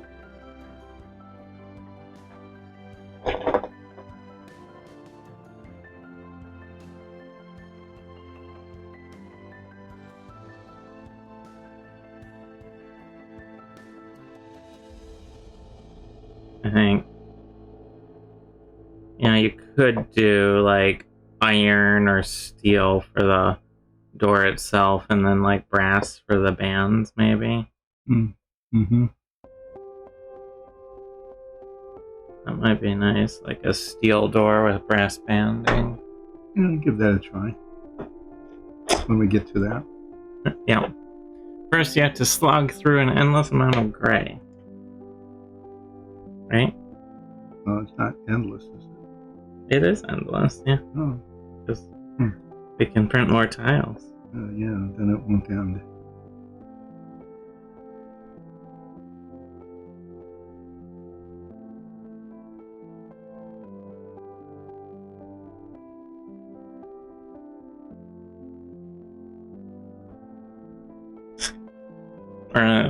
Are you gonna want to do the brown stones, or should I do those? You can do those. Okay.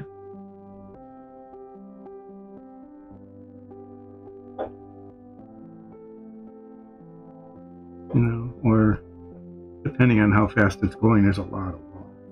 Yeah. We might both. I think we have 2 jars of that color. The flat earth. Yeah. We might. Yeah, we do. So we might both do them. I'm gonna move on to the single windowless walls.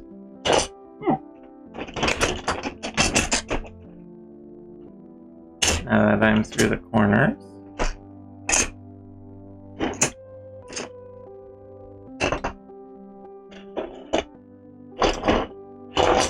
Perfect.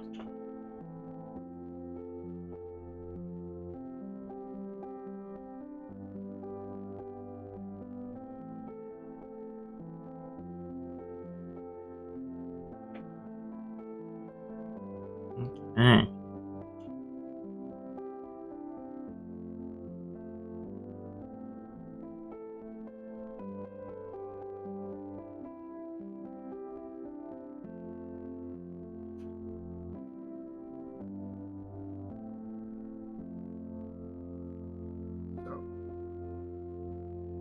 even though you can see that one side will be up against here and the other side up against the other one, because these things can be arranged in any They're very orientation, modular. painting all four sides, because you never know which side will be where.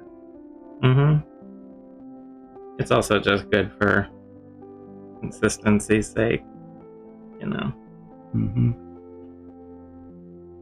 Or you can just like put one of these in the middle of the room, because you know, you might want to put a statue up. Yeah, like a raised pedestal sort of thing.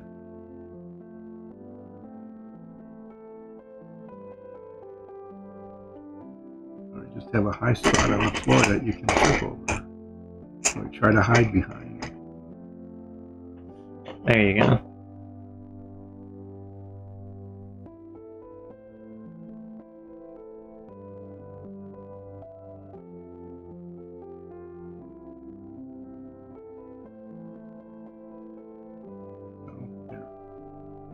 That actually looks, once it's finished on the sides, it looks pretty good. Yeah, and there'll be some brown stones mixed into the lower part there. And then it'll all get washed. All of this right now has a very flat look to it. And that all disappears with the wash, that flatness. But you need to have a nice proper undercoat before you can get to that point.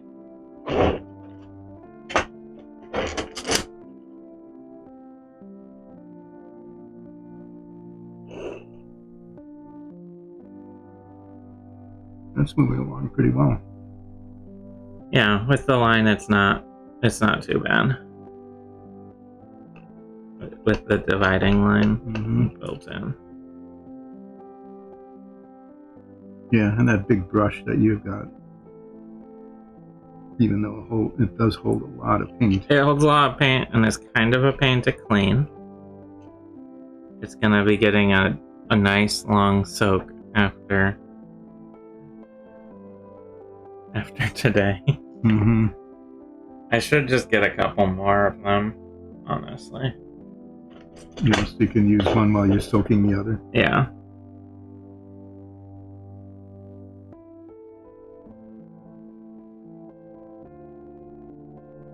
If we start scaling up and everything. Yeah. Oh. You don't want to be waiting for a brush to be cleaned while you need to move on to the next color.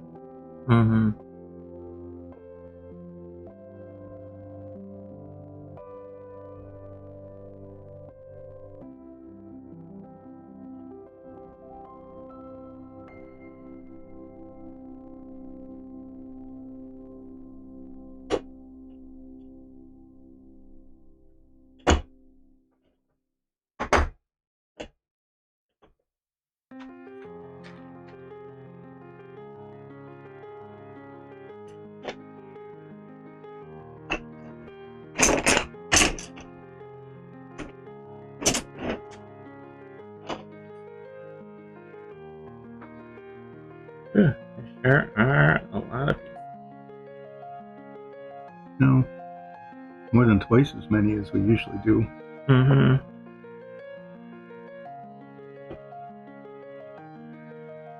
You know, the wizard's lair or whatever. The ritual chamber. The ritual chamber is about the same size, but the throne room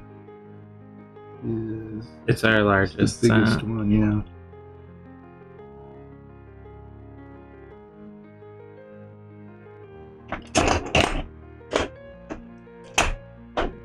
Windows next.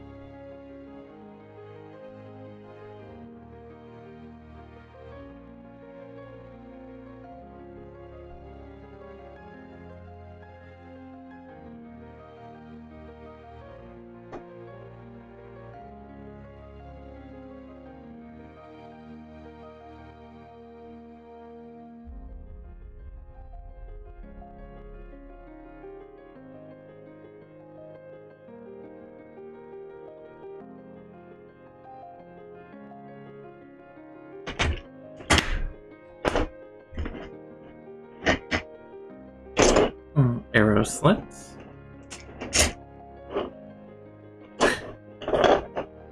That's quite the array for me. Because I make space for them to all dry. Yeah.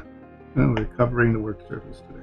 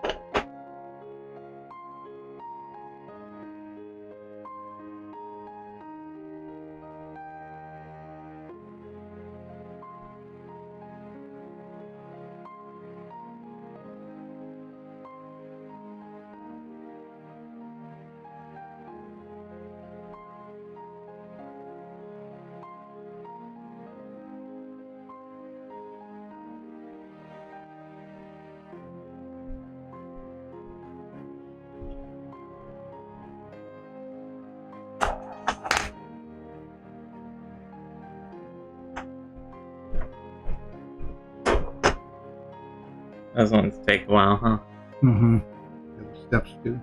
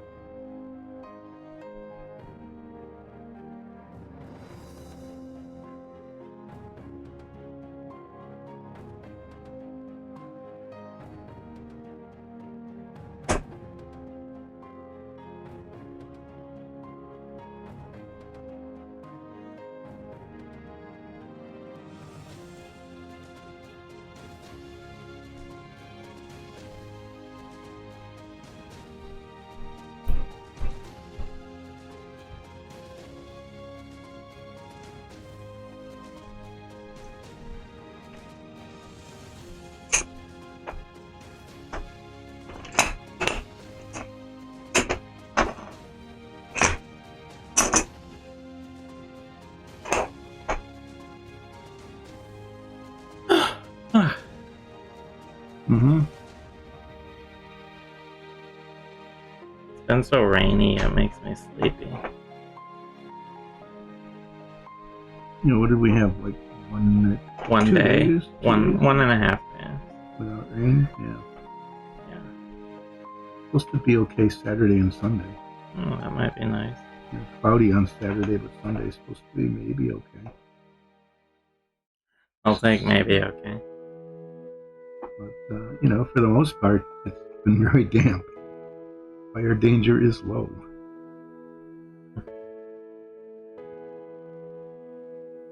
Plenty of moisture in the soil.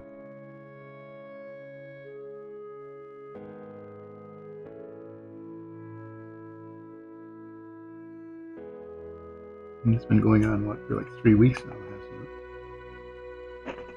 hasn't it? Yeah, pretty much. Yeah, Non-stop. the 2 weeks we were gone, and then this week. Rain, rain, rain every day. No, sometimes it snows. Sometimes it was snow. Rain and snow every day. Yeah.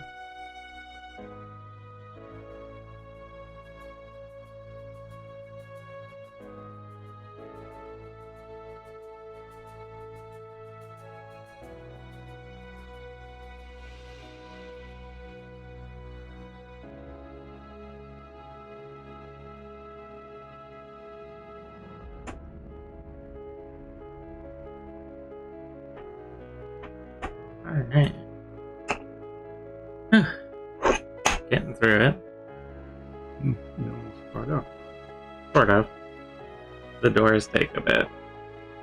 Yeah. Yeah, the door frames can sometimes be the longest one.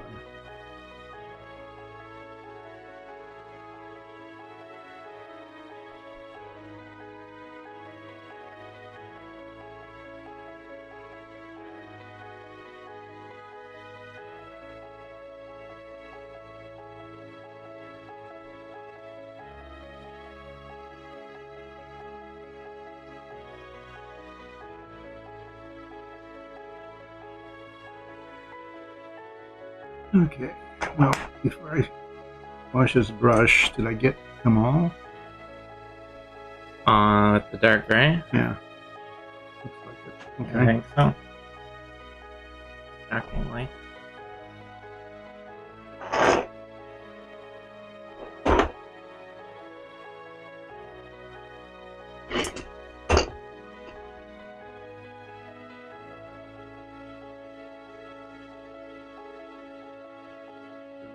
Clean this brush, get some fresh water. Would you like some fresh cleaning water? Yeah, that'd be good. Okay. Take a quick break as well, and then come back and work on those little doors. Yep. I'll pop you over to my... What are we doing with this brazier? Should that be painted? That's not it. That's the test one. That's not primed even. Okay. So don't bother grabbing it. We don't have our brazier quite ready. Okay. Well, then I won't paint the thing that's not ready to be painted.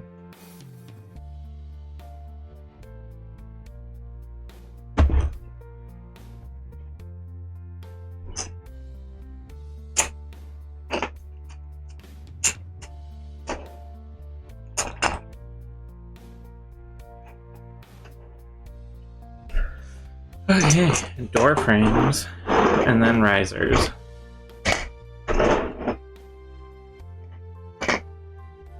I'll do the big one first.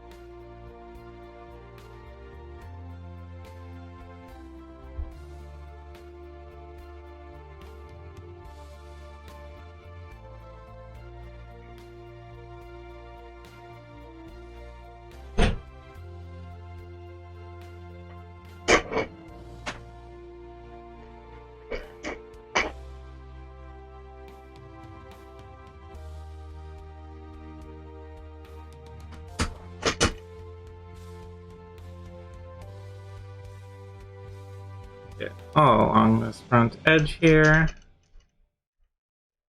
Go. Not forgetting the back edge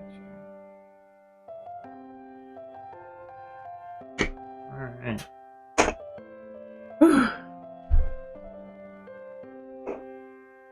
One more door frame.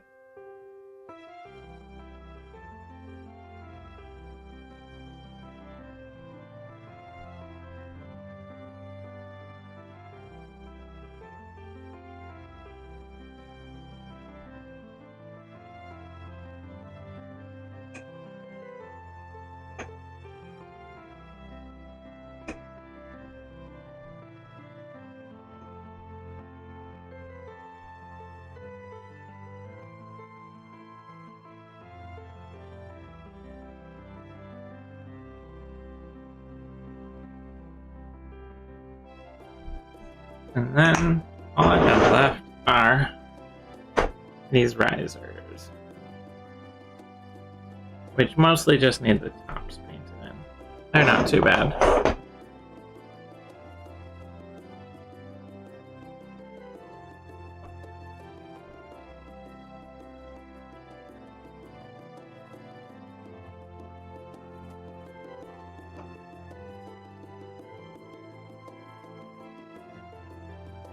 Welcome back. Thank you.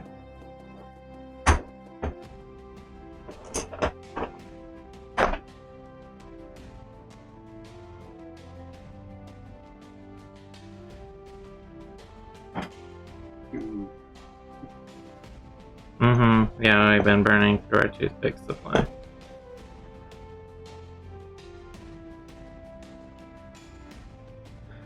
So steel for the doors, you think? Or For dark the... aluminum? You can do steel for the base part of the doors. For the inserts, right? Yeah. The inset part. Yeah.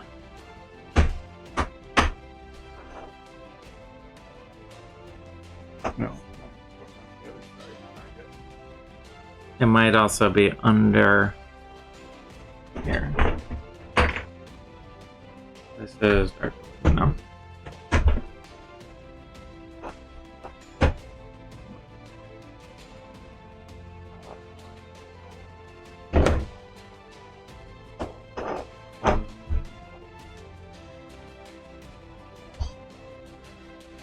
It's one of the big ones.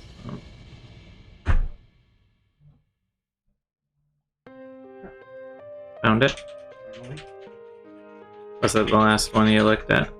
Yeah. It's funny that way. Whenever you're looking for something, it's always the last one you look at.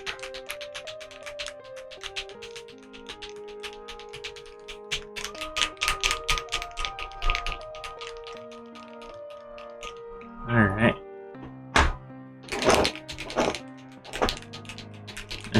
I'm very low on dark gray, so just getting through the last little bits here. That one ready to retire? It's close, it's not quite. It's just very low.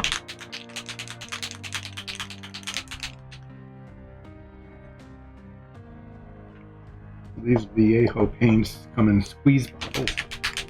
You can't dip into the bottle directly, so put some in a little cup and brush it from there. So these doors have these little holes in them. I don't know if you can see it on camera or not. Maybe, yeah, you can see it. That's where the hinge pin goes. Yep. But it's also when you're painting it, you can stick a toothpick in, and now you got it. The door flag. I am going to be letting my big brush rest for a minute here. And then you just stick the toothpick in one of the alligator clips on the board there.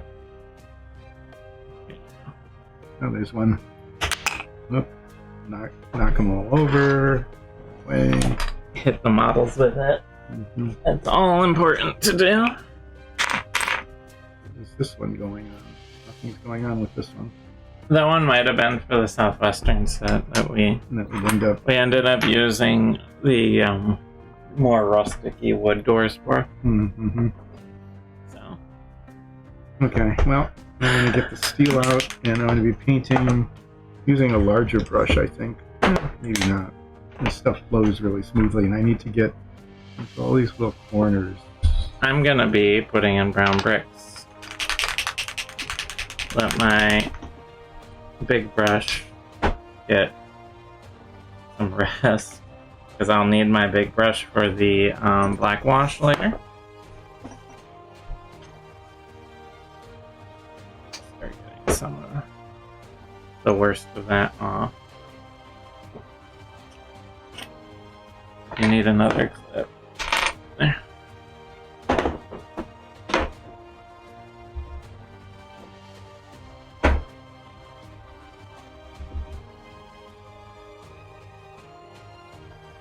I'm just giving my brush a cleaning. Without getting any paint on the raised parts, because those are just painted over.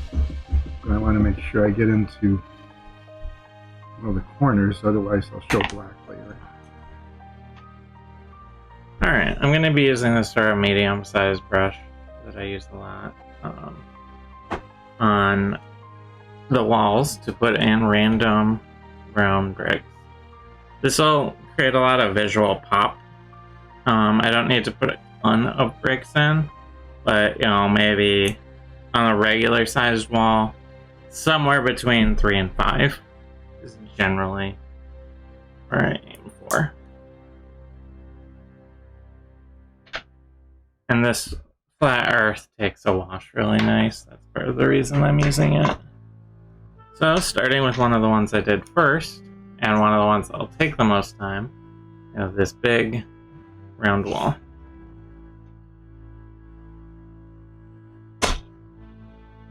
So what I sometimes like to do is just mark the bricks that I want. And obviously there's going to be a lot more on a larger wall, like so. I'm just marking some bricks at random.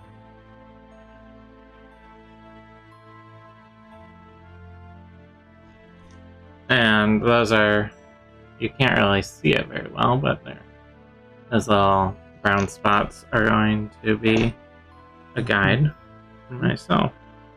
And it's one side of the door, flip it over, and there's the other side.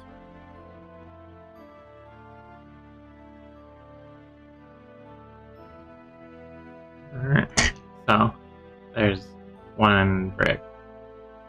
And you can see that just sort of breaks up the monolithic quality of the gray.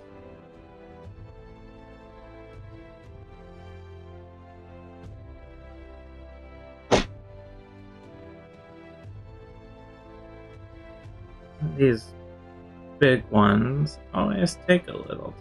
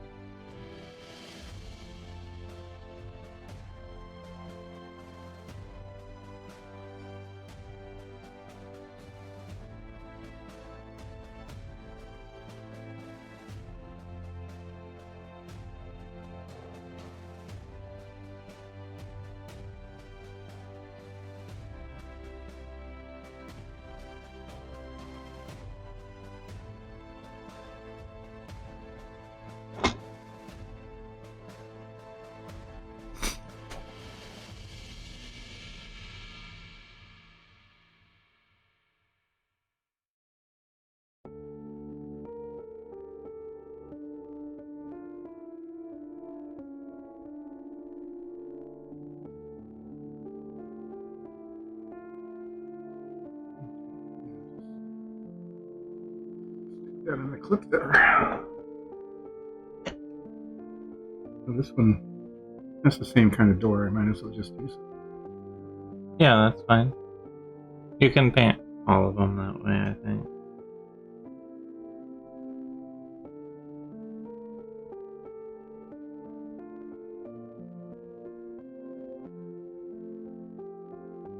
I'm just getting the bottom part. That's when you're looking down on it. That one definitely shows, so I want to make sure you covered. And I'll do the rest.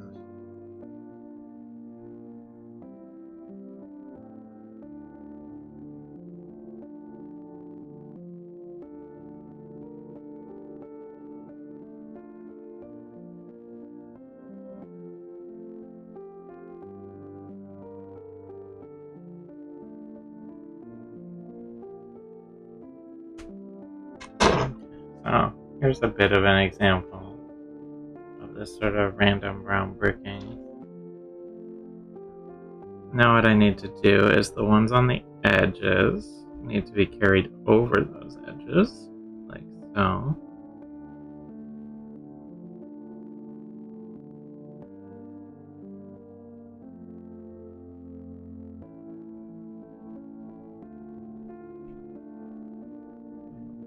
side here. And now, this is sort of the trickier part, especially at this larger wall, is I want to kind of match it on the other side. So some of them are easy to match because they are on the edges. So I can mark them like so. And then I have to sort of look at the other side.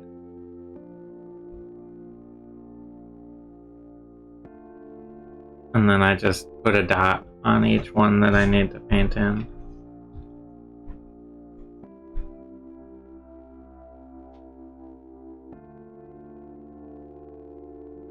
There. There.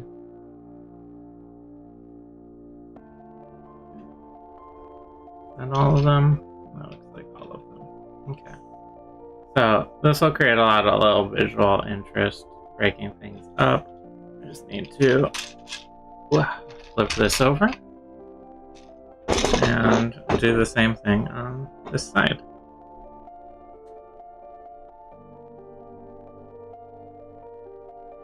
I mean, realistically, most people probably wouldn't notice if the bricks aren't exactly the same on each side, but I see no reason to subject myself to trying to make random blocks on each side while also maintaining sort of a sense of cohesiveness. Sort of a win-win in that regard.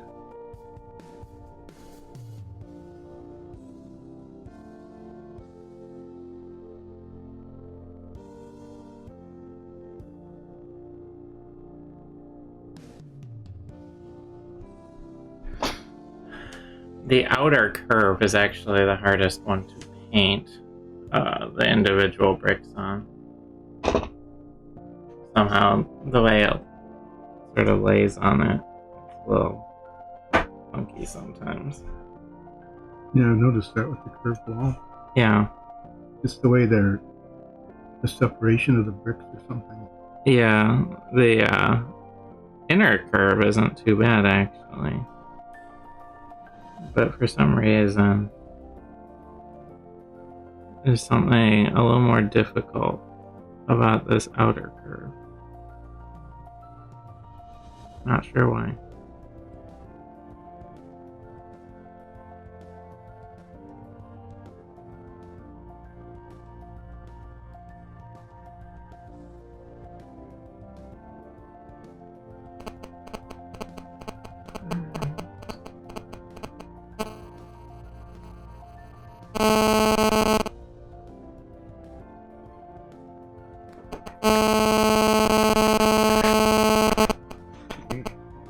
Do double doors, not doing a single door.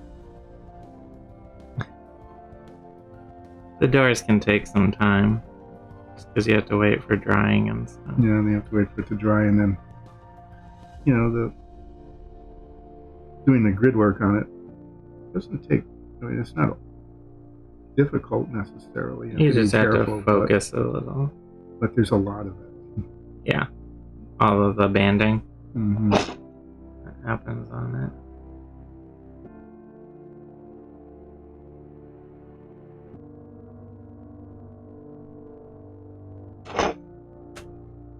Okay.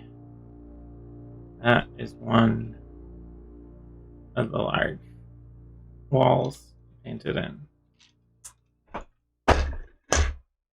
Now, one more.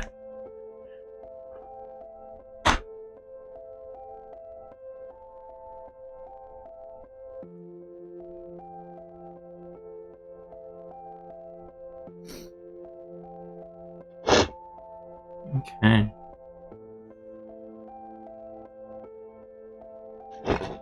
Let's choose some bricks.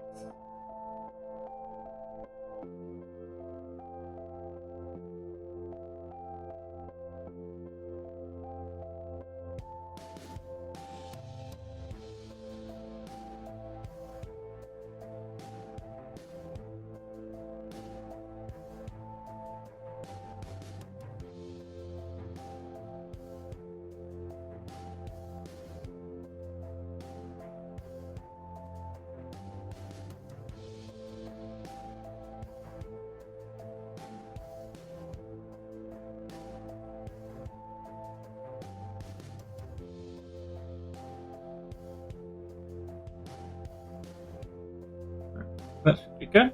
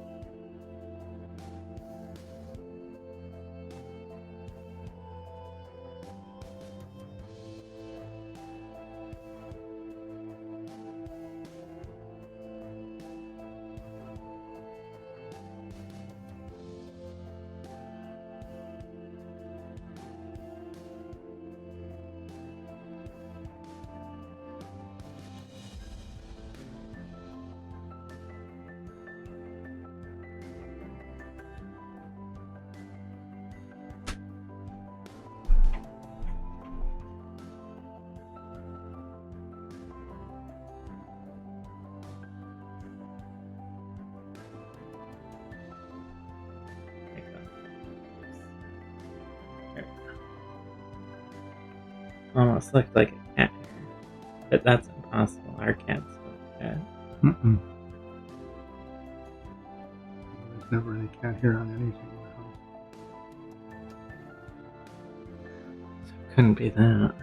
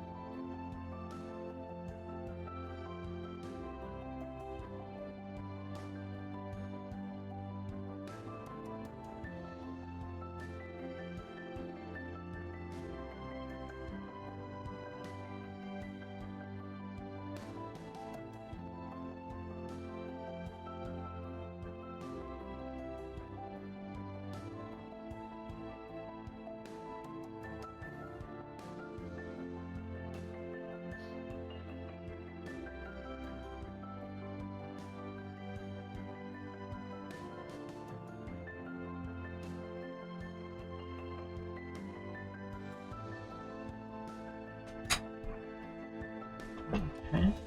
Now to go along the sides here.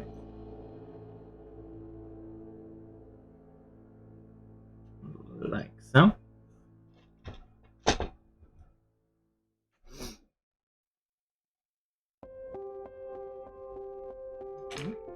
Dump some water in here, so dump it here to the cup. Yeah, well This done. italics covers so much with so little. Always Yeah. too easy to squeeze out more than you need. Well, they're technically there for airbrushes. Mm-hmm. So it's a very thin. But it covers really well. It does have good coverage. So let those dry. That stuff tends to dry really fast.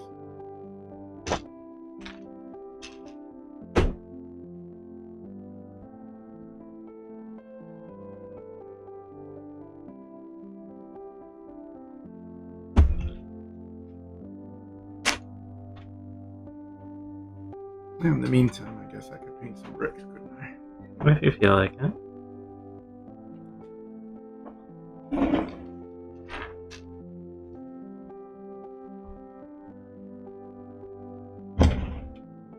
You could grab a wall type and start.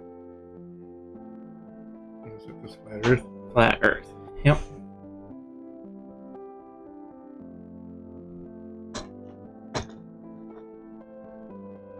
Yeah, this part takes a while. This part, yeah, It's a little kind of detail work, but you also have to kind of decide which ones you're going to paint and then make sure that they're done on the other side. Yeah. It's not all that bad, though.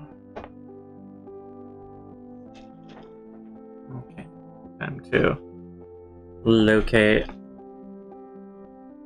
Oh, wait, I forgot to do this side. There we go.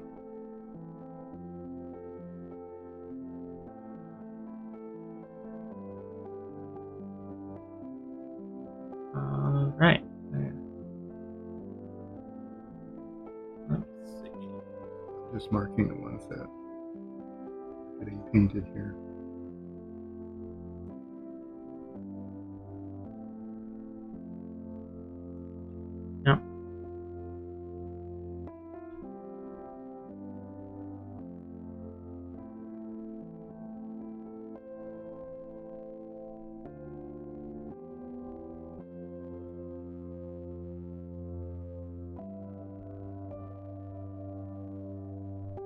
marked the wrong one.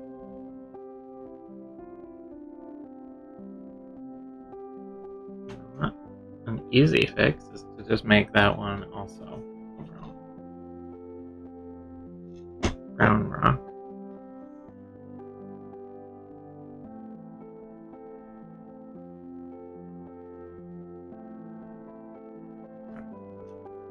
You just say, oh, I meant to do that. Yeah, that was fully intentional.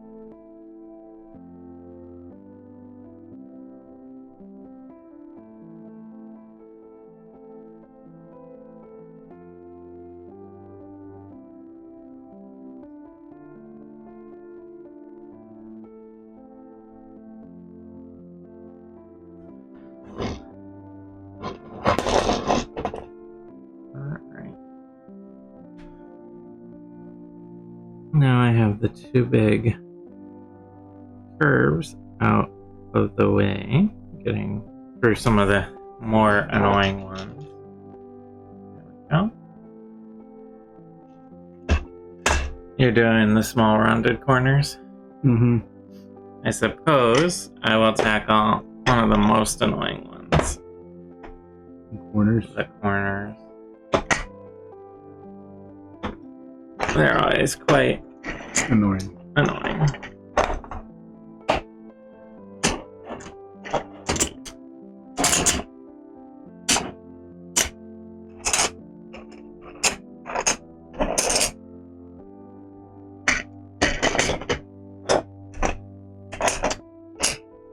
Alright.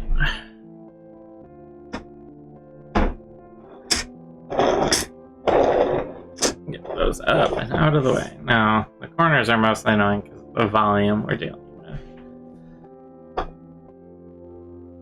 So let's see. We'll do there. We'll go there. And then there and there.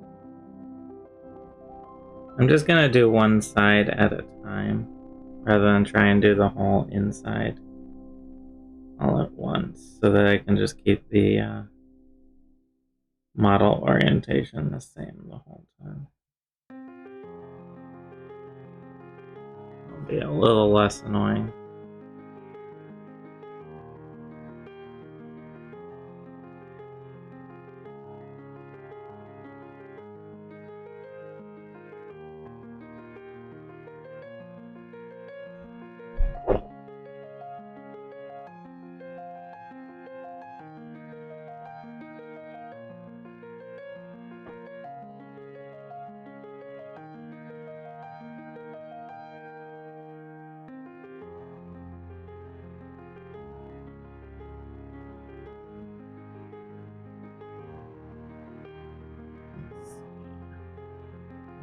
Up from there.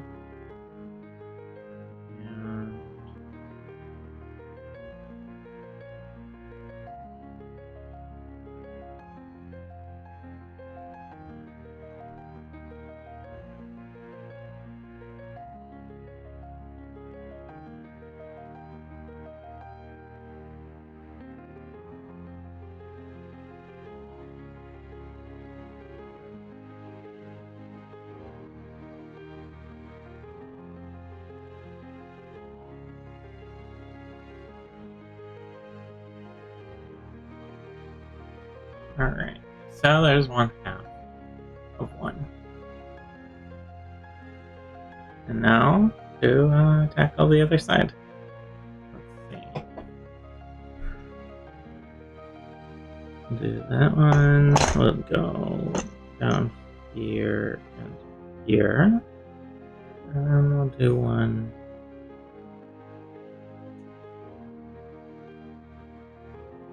Let's go.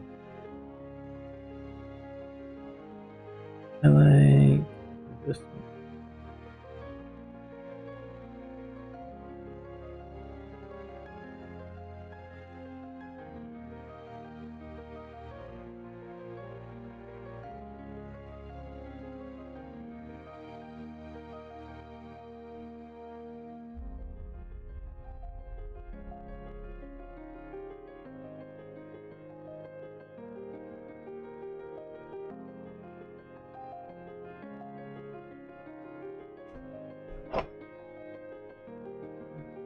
Not bad.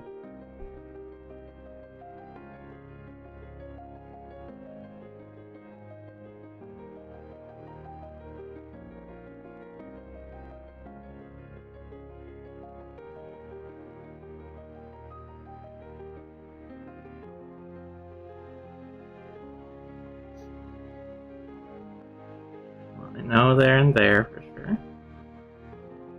That one in. That one. This one up there.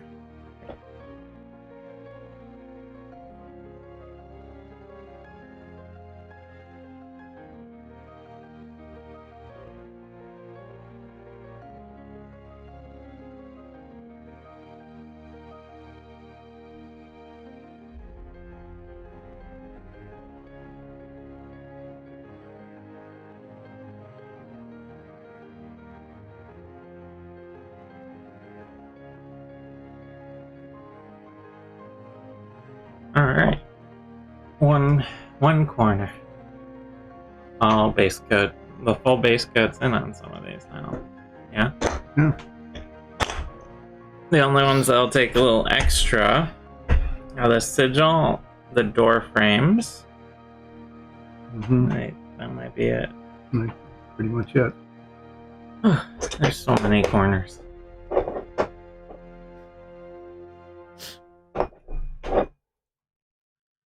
Alright. There, and there. We'll do a little cluster. And there.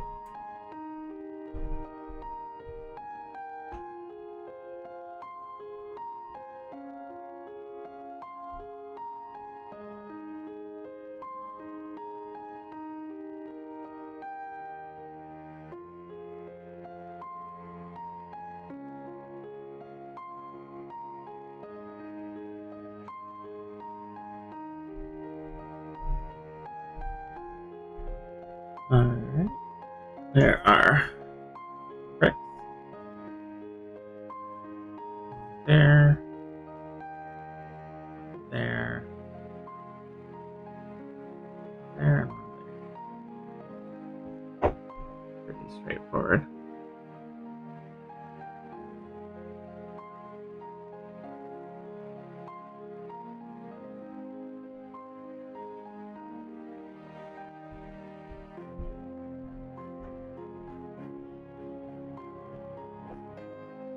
I hope everyone watching is having a good Friday. Looking forward to the weekend.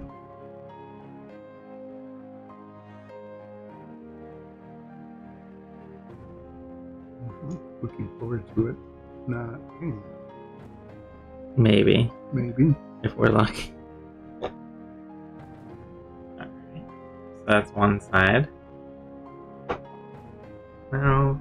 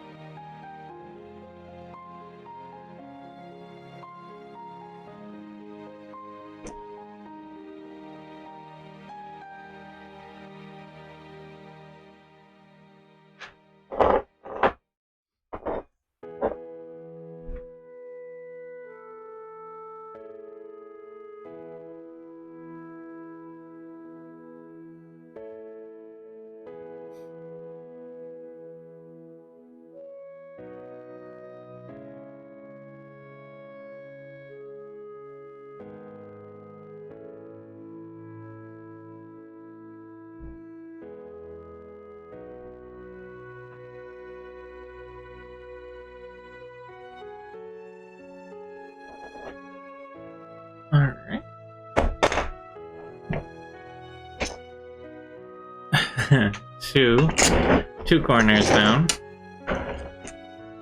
Start doing walls. Yeah, you threw all the rounded corners. Nice. Yep, you can start doing walls. You could do pillars. These will be fun. At least you don't have a backside to do. Right? On the pillars.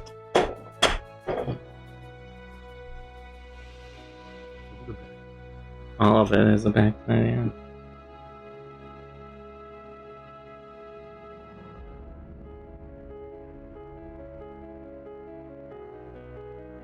Okay. Try to sit up a little straighter here. Mm-hmm.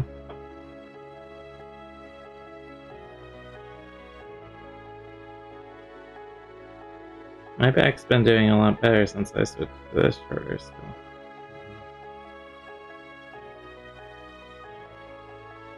Sometimes when you're really high up and then you have to lean over every model you're painting.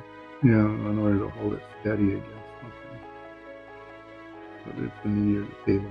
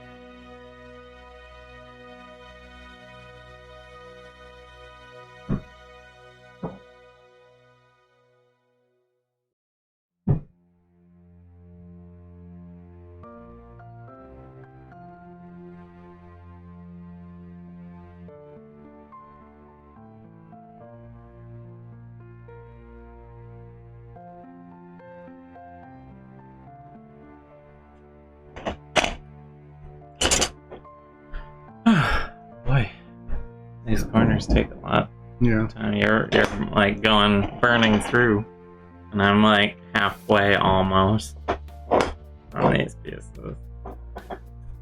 Well, that makes sense because there's two walls. Yeah. And this is only one.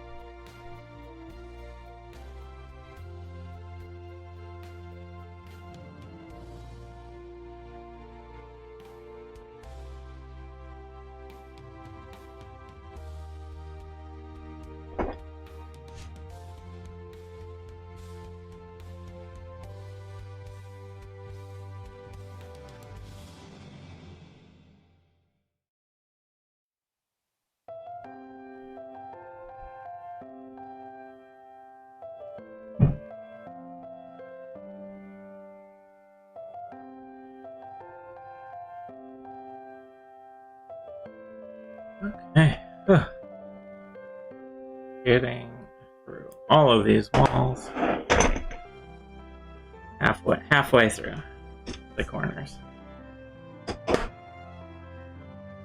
can feel my focus being tested. Mm-hmm. The throne is looking alright. No, it's dried in a It's bit. almost two. No, it's almost one. I don't think that clock ever swung forward. the computers also. Says it's almost done. Oh, is this one? Yeah, it looks like we had a dropped connection. Our stream dropped, our recording did not. Not quite sure why that is, but hopefully we will come back on shortly. We're gonna keep going because it is still recording, and this will be on YouTube. Hopefully our stream will come back on. Yeah, maybe the internet went out again. Well, that would be annoying if it did. Seems to have been doing that once or twice a day. Yeah, it's been a bit of a problem.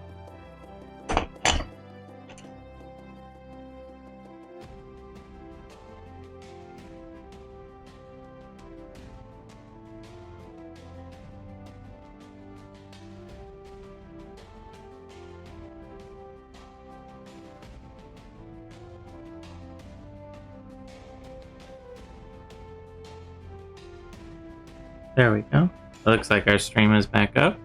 Hopefully it is. Yay, stream. Sorry about the little blip there. If anyone's watching, this is Dyson Dungeons. We're doing relaxing painting if someone comes in after that blip. We make all of these 3D models ourselves on those printers that are behind us. And right now we are painting in a dungeon set.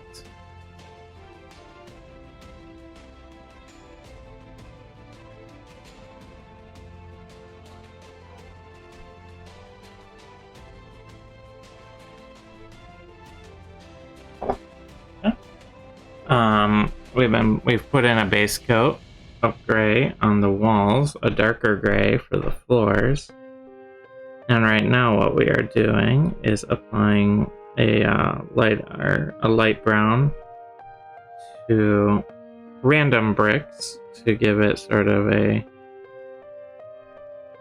well, just to break it up basically. And this will all be done before we give it a thorough black wash, which will help break up sort of the flatness of the whole set. Do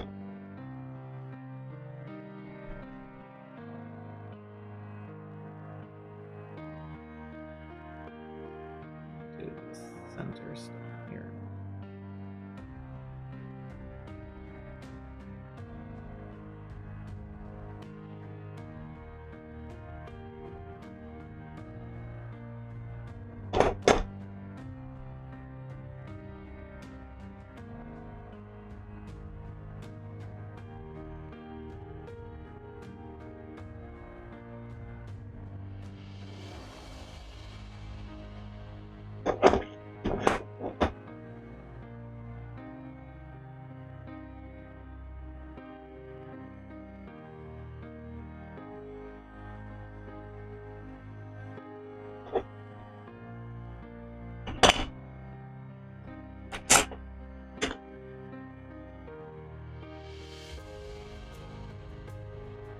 Right, now to do the other side.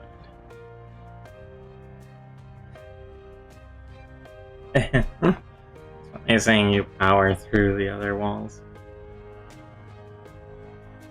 I feel like I'm just sort of stagnated. Yeah, I think you're doing more bricks than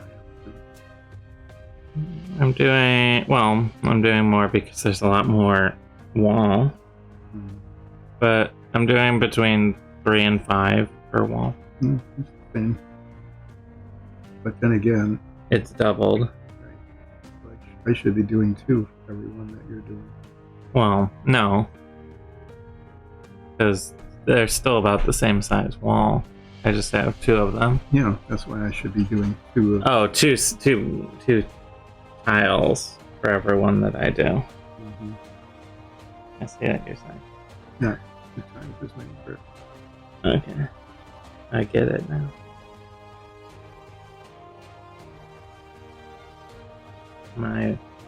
I'm a little on autopilot right now. I only had 1 cup of coffee, but Should be enough.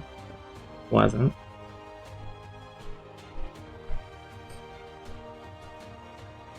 Maybe I'll have a second coat that one.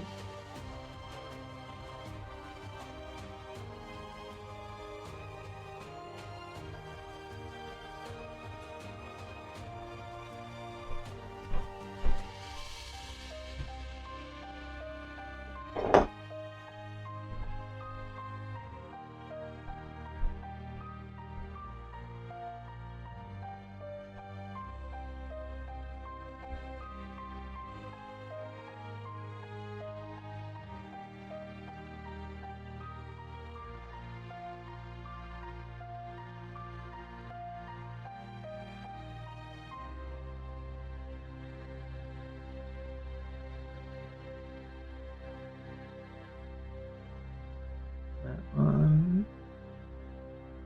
Gotta mark the bricks.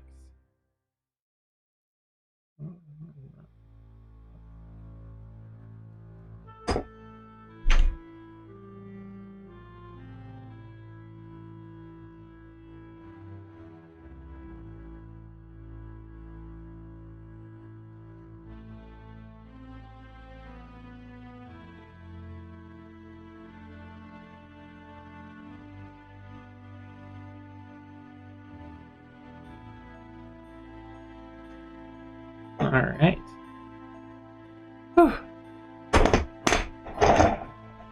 Two more corners. I think it's looking alright though, all of these. Yeah. It's coming along nicely. Once they get a black wash, they'll look really good. But there'll be a few things they have to do before we can do a black wash, obviously. So like the door frames, this rune, which is still black right now, sigil, will need to be painted in. And I think what I'm going to do is paint in the inside and then do the brass outer lines. Yeah. Do that. But we'll see how that goes. Okay, making choices. We'll do this brick.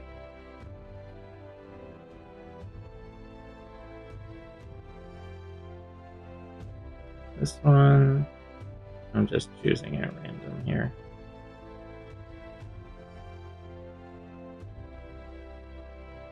This one.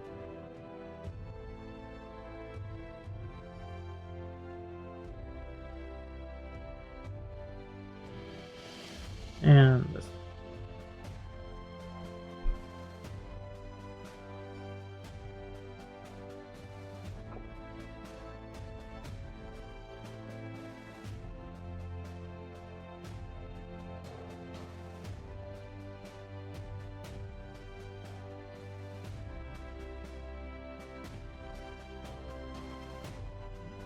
Whoop. And that one's That one too. Did the wrong one on the other side. Oh. This one is also brown now. What's that for randomly chosen?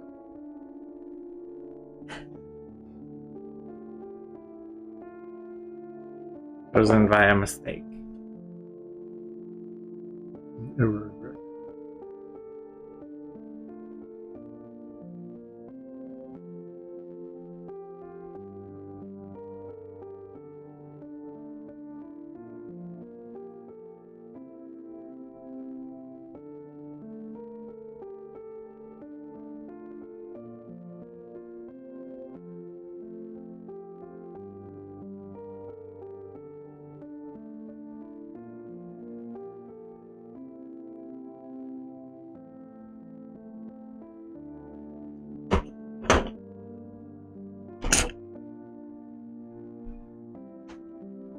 Okay, there's half. Now for the other side. I'm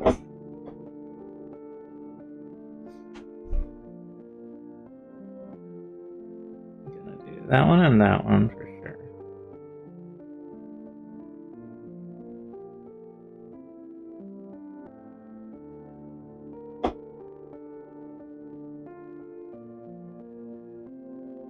And I think just this one here.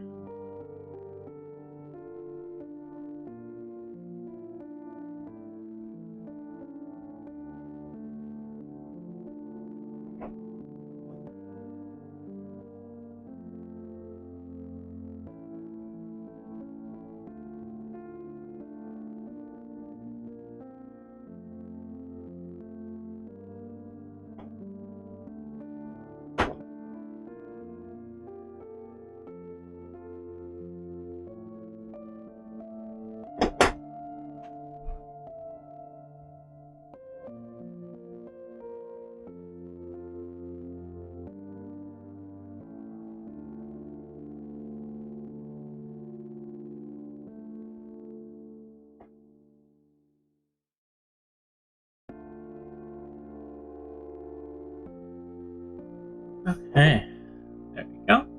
There's another one done. One more. Looks like you've gotten through almost all of the Yeah, this standard is the last walls. regular wall, and I'll do the irregular walls. Yeah. We'll need to paint the door frames in, obviously, and the citadel as well. Mm-hmm. And then we also have the pillars to do. But first things first, I will finish. Do you want to do highlight bricks on the pillars too? Yeah. Okay. Wasn't sure. You want it to all be cohesive looking. One thing I was thinking of doing is I have like this sort of cutaway center circle. I was thinking of painting that dark gray. On the top? Yeah, that circle on the top. Mm-hmm. Because that's like the core. Yeah, it's Of a little it. different. I feel like it should be a little different, yeah. Like the floor color dark gray or even darker gray. The floor color.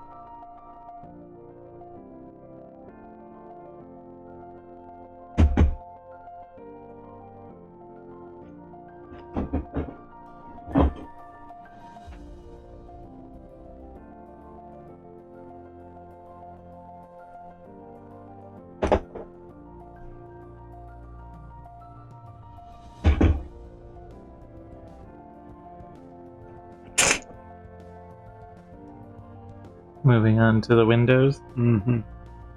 Yeah, the windows should be mildly annoying. Mm-hmm.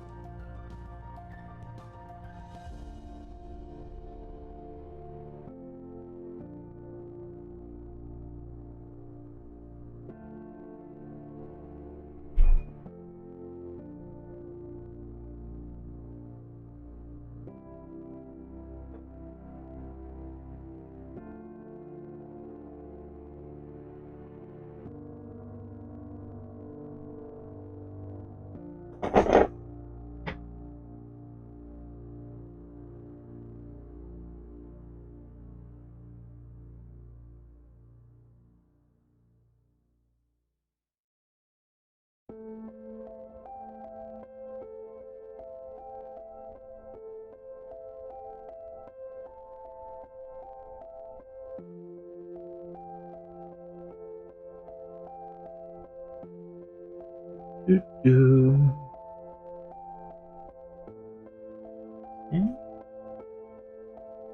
almost there.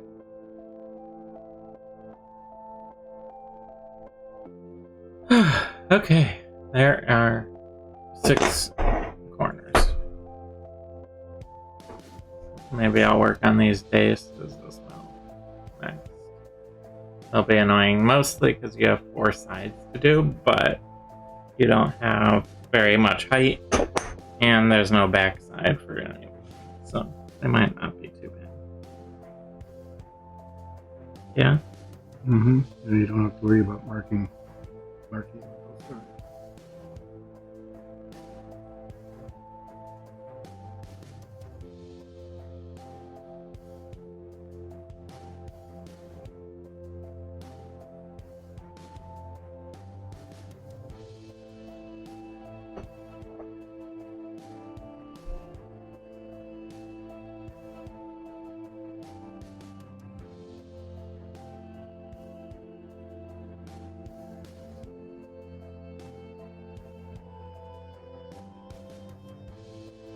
I'm doing about 2 to 3 on each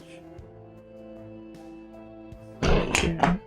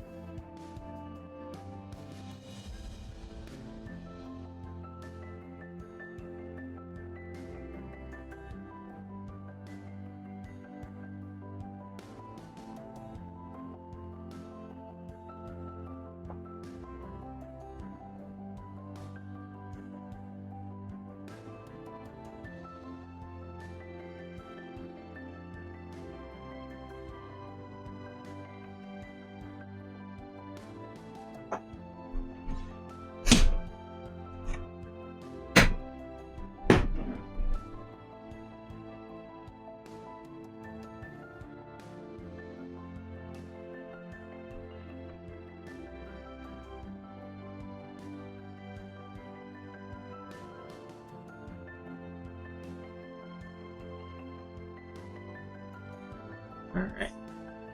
There. Pretty straightforward. Well, yes, and there's even less, but one little tricky part on the stairs. So.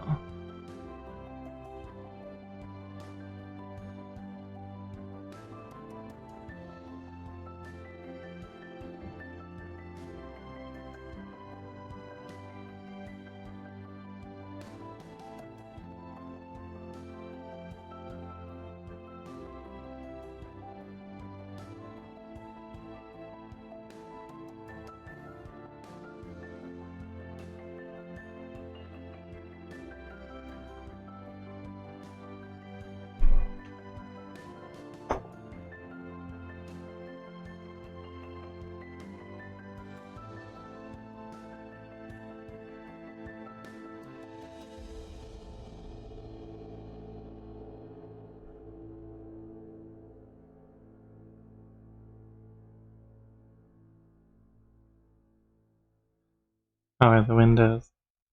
Not too bad, depending on How many you do? how many I decide to do.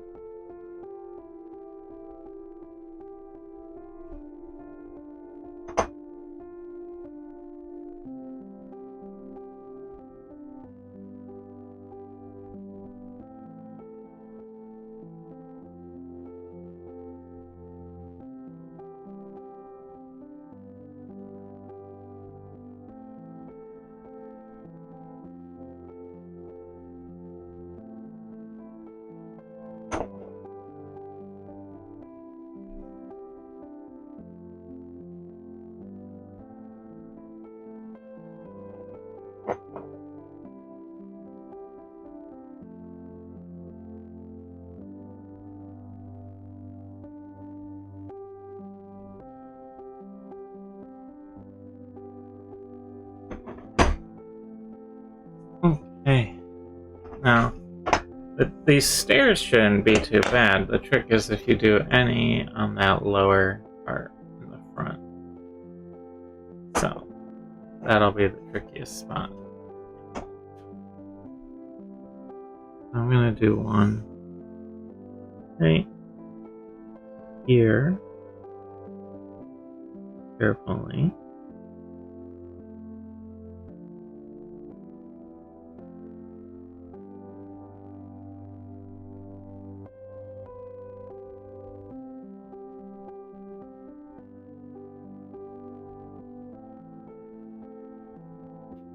I'm gonna do one right here. Carefully.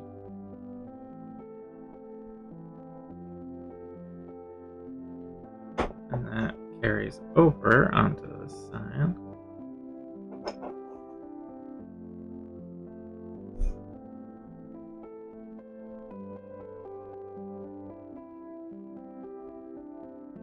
I'll go here. Why not?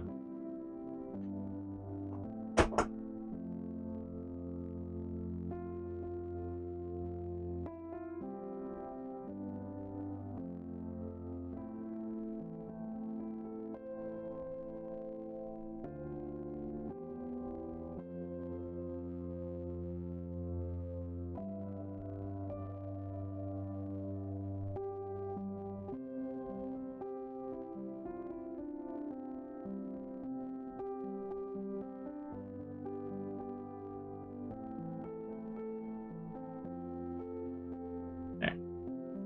Not too bad. One more stair like that. Let's do this one right here.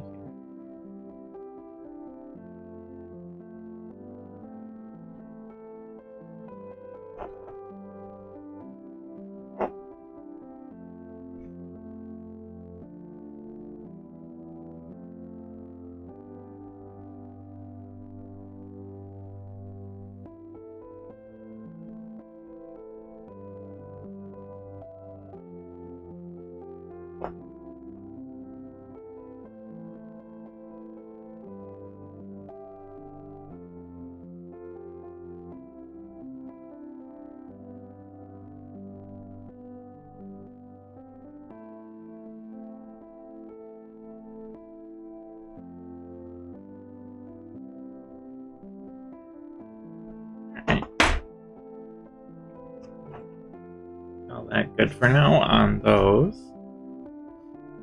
I guess these inside corners can be a little funky sometimes, but it looks like with the cut stone set, they're all one solid block all the way around. So I'll just do some of those. Are you doing the arrow slits right now? Mm-hmm. So we're pretty close to the end. We have the pillars, inside corners. Yeah. Door frames. Maybe I'll do door frames next. Do you want me to leave the inside corners and do the pillars?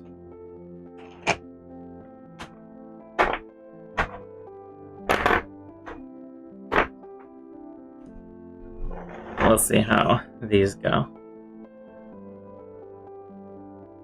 Yeah. Mm-hmm. How they go.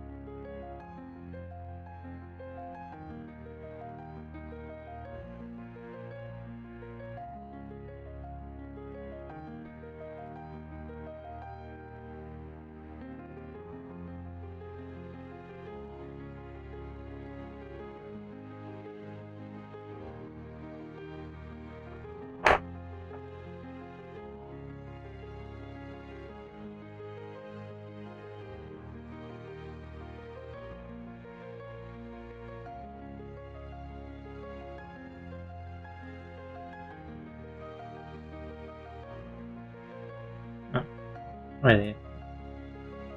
No, that looks good.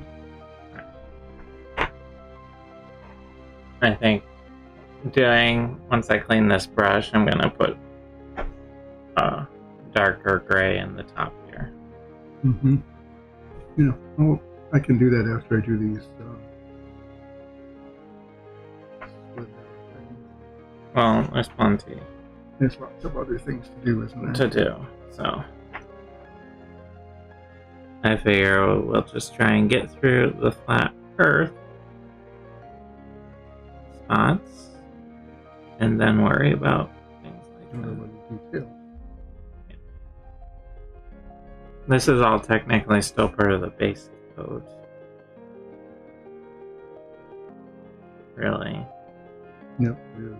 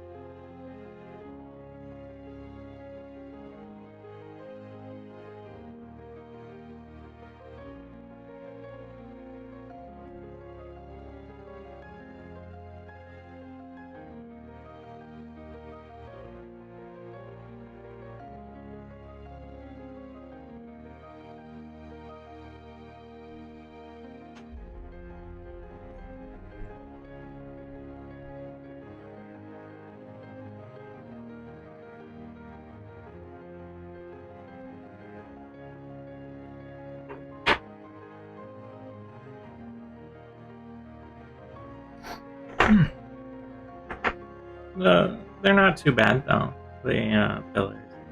Hmm? No, you just sort of rotate it around as you go.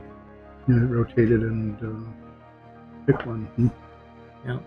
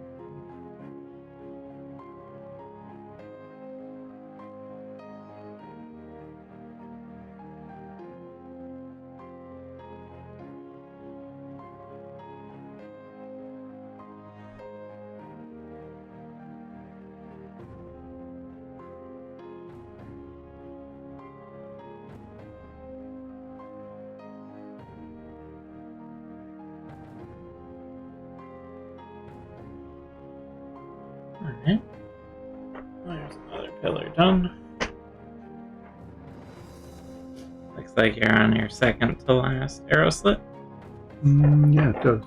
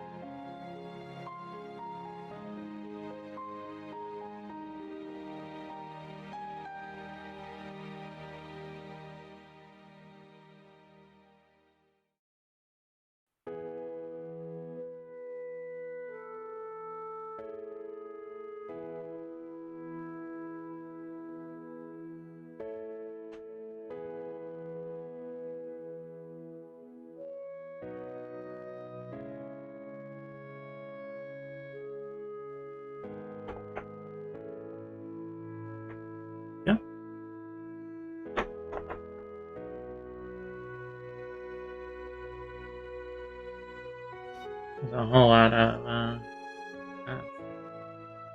Mm-hmm. Yeah, it's a pretty impressive pile of time.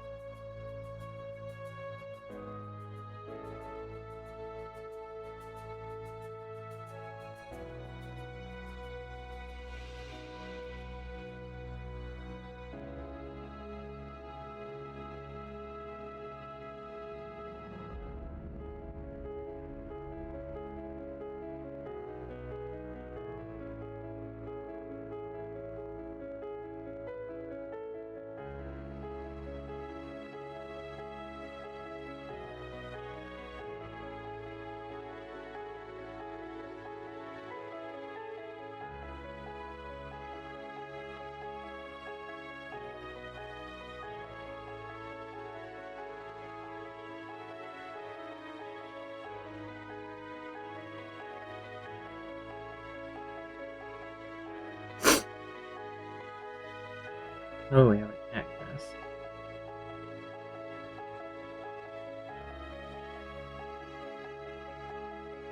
I heard. Don't Mhm. see. No, he went over on the other side.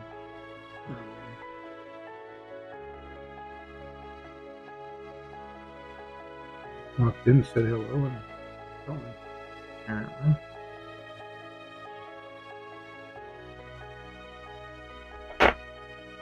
Just show a shot of all these times. Yeah. Once we get through a bit, Mm-hmm. I'm gonna clean our brushes. I can pull the camera back.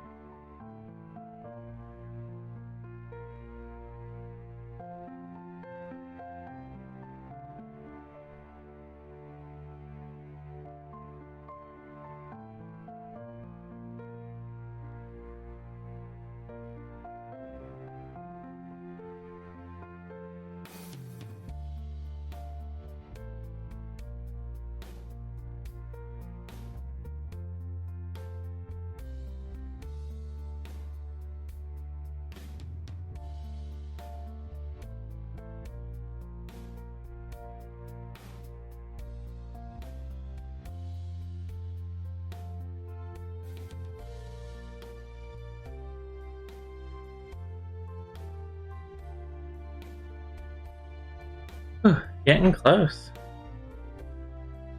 Yeah. Yeah, we're a lot further along than when we started. Yeah, how did that help?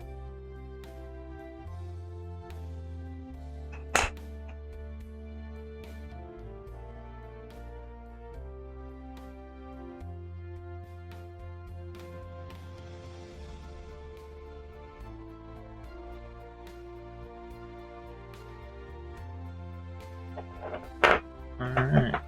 There are all the pillars done. Suppose I can go around the sigil. The sigil will probably need a lot of touching up at the end.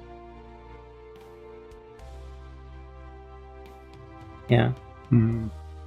I'm Probably will. guessing. Detail stuff always does go back and forth a couple of times. Yeah.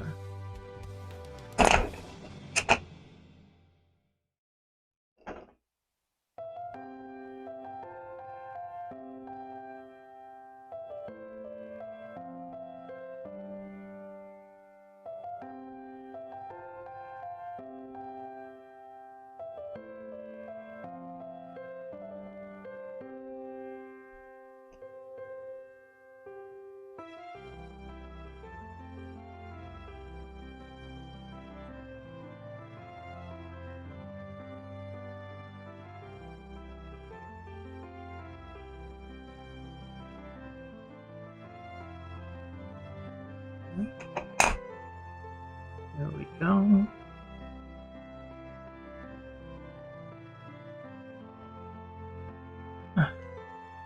I decide where to put this last one.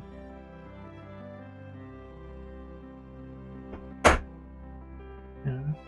This makes it like on top. Light.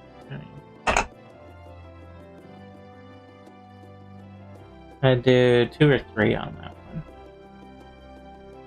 one. Yeah. Yeah, you have 2 with a single. 1 with the double, so I do 3 on that.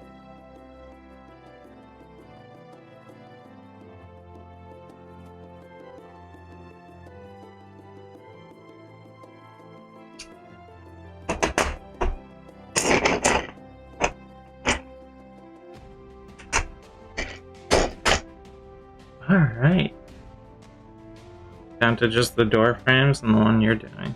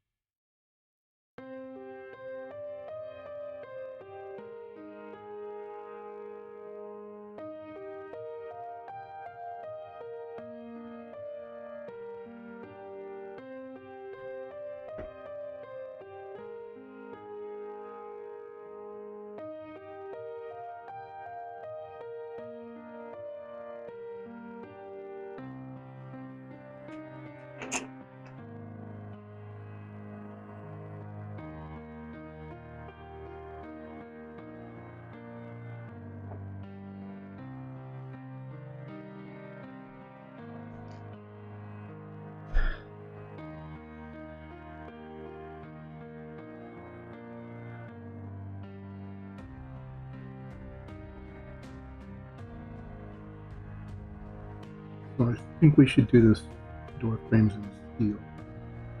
Yeah, Mm-hmm. so you look more secure. Mm-hmm. We can do that.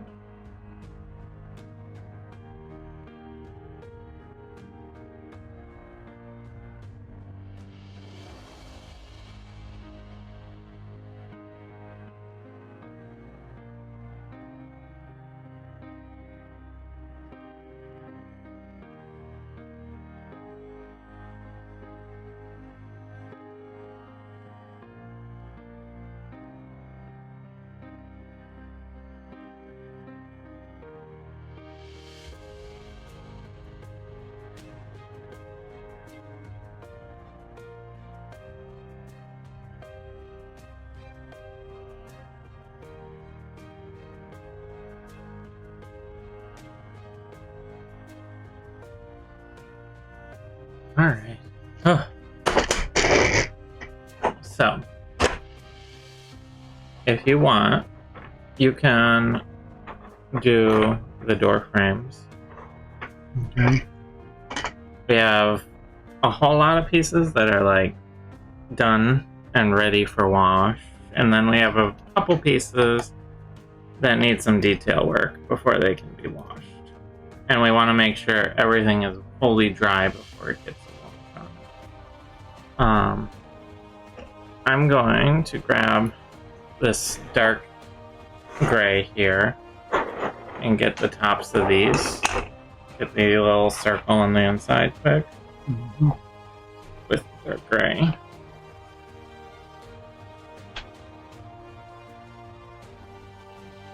Sure, my brush is nice and clean after all of that brown. That was quite a lot of the flat earth.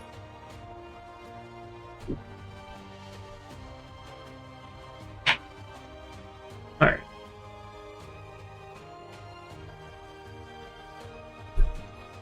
A little pink up. And get more steel. Get the steel back. So, all I'm gonna do is drop a little in the center here and sort of work out toward the edge. Like so.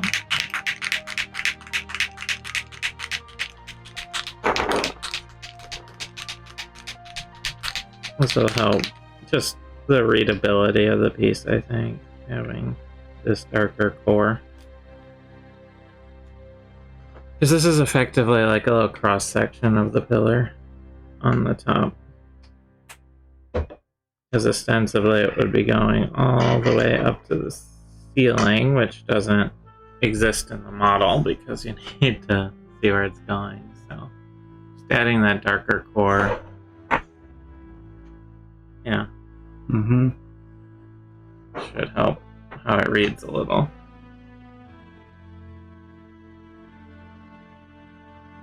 Yeah, thinking that we've got metal doors, we should have a metal door. That's A-okay with me. Even though it's got wood grain on it. Yeah. There's some lentils too. If you're doing it that way, might as well get all of it. Might as well.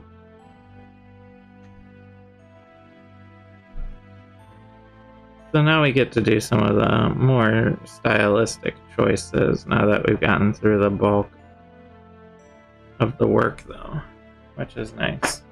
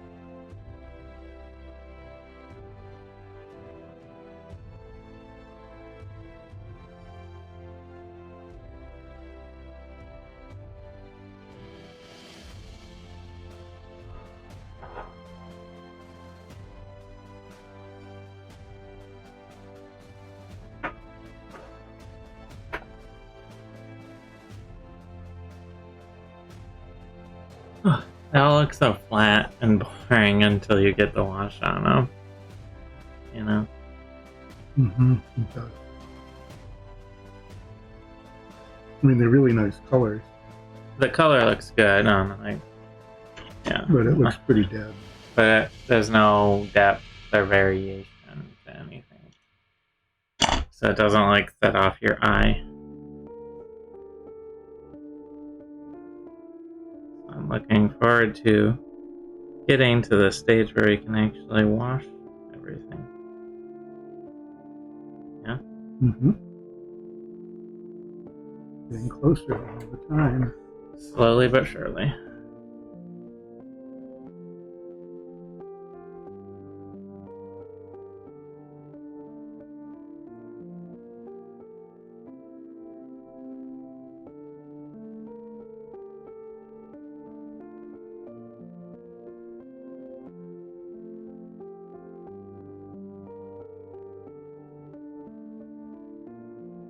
Okay. Now I got those in quick. They're ready for a wash. So, this is a fire sigil in this wall. So, I'm thinking red, right? Well, that's a fiery color. What? The glossy red. Or the, Well, or the that's. scarlet. I was thinking maybe scarlet. For the sake of not having to do 15 coats. And the gloss has the problem of painting over it. Isn't very easy. No, you really can't. The question is it just red on the inside, or do some of the parts are different color? That I don't know.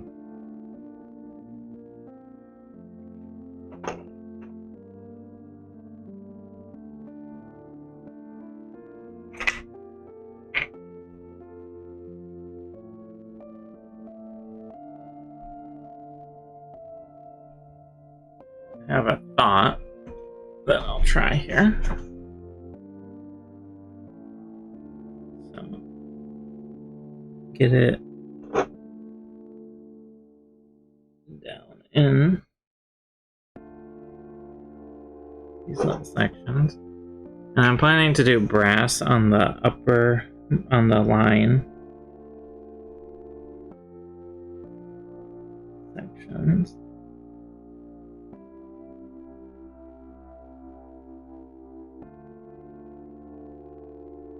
So this area, really trying to make sure I get it into the corners too. That is part of my goal.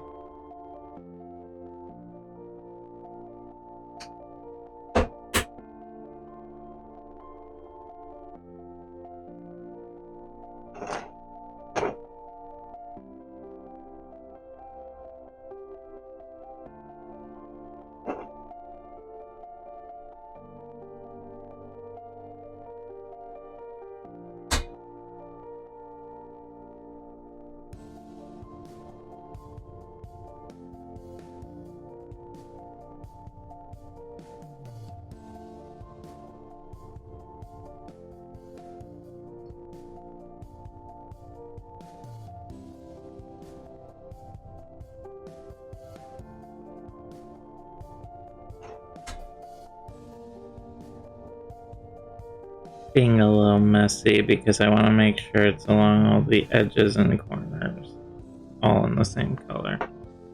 And it's gonna get some brass over the top of that. So that part in red. The sides I think also will be red. But then I have some ideas for the eye and back.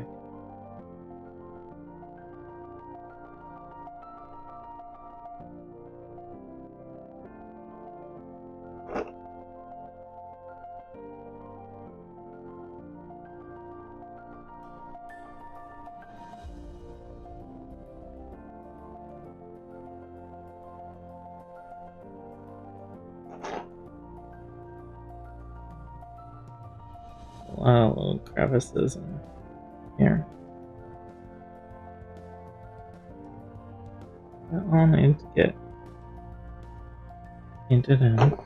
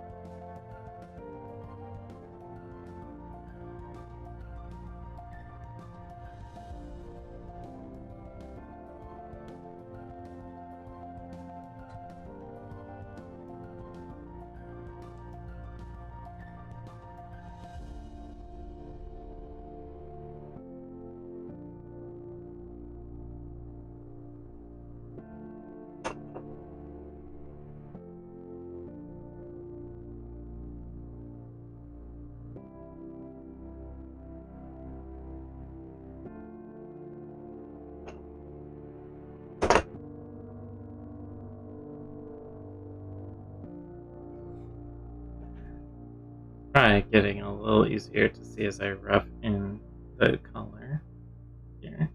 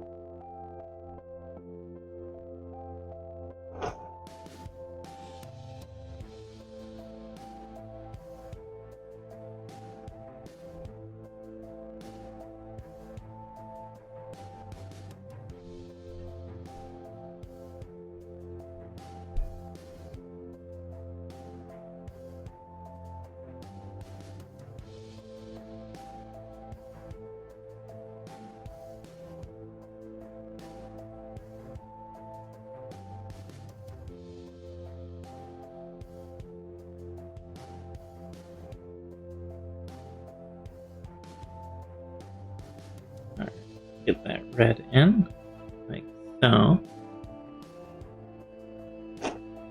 There's a rough of the sort of flame pattern. And it'll look a lot nicer once the bronze is on. But for my next little bit here. Okay. With these. Hmm. So now we will do these. Toothpicks. You're always needing more toothpicks. Mm-hmm. I need this color. This color.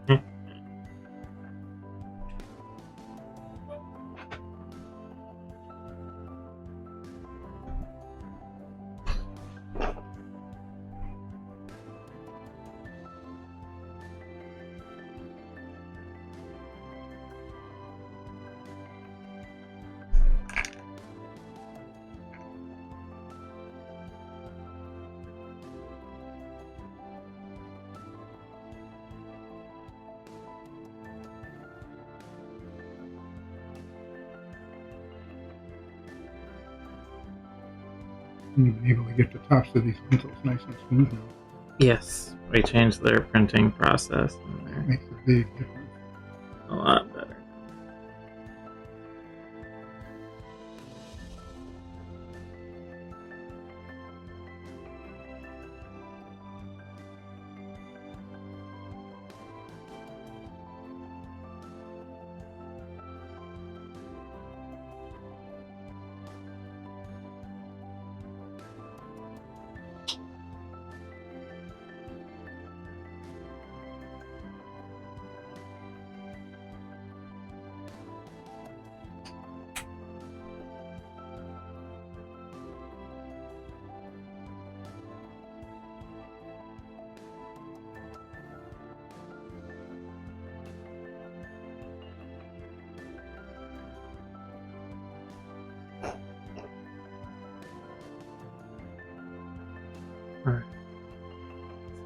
It's rough, but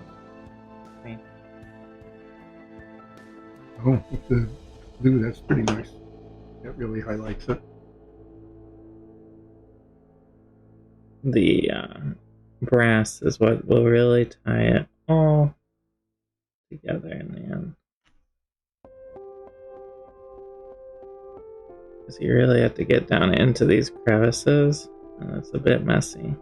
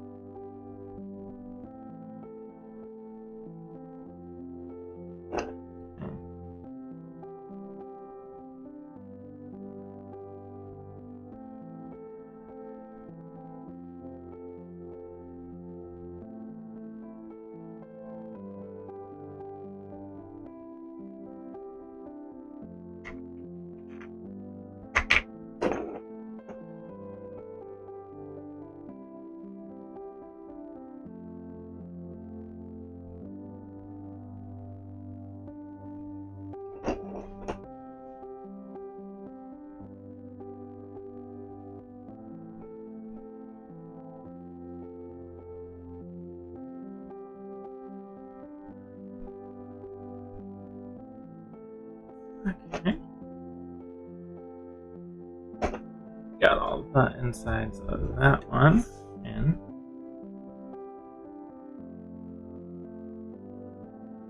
Now for the next color. For the eye.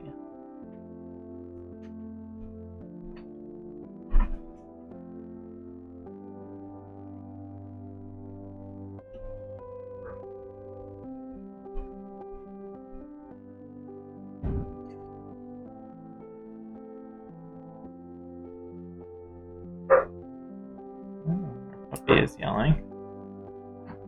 Alright. Is this it? No.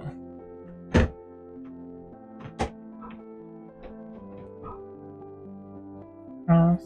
There we go. Polished gold. While I'm here, we're also going to need the brass doors? For the doors and for the outer line on the one I'm currently working on. Just making sure I got all the boxes here. And I think that is back under here. There we go. That is the standard grass. Okay, so what I need here is to do the eye, and then once all this dries, I can define the line that goes all around all of these, and it will really separate those colors visually and everything. And look quite nice. But first I need some of this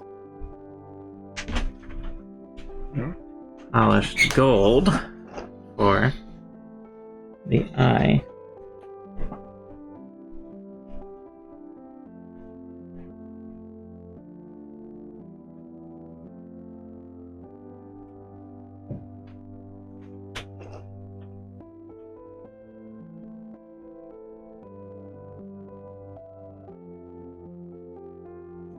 Oh, these holes are plugged. Did they get plugged with something? Some paint or something?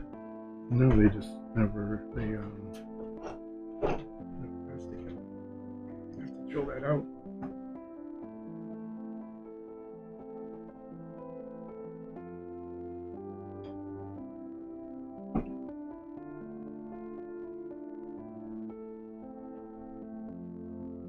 I know you can't really see what I'm painting here, but I have to hold it at this angle.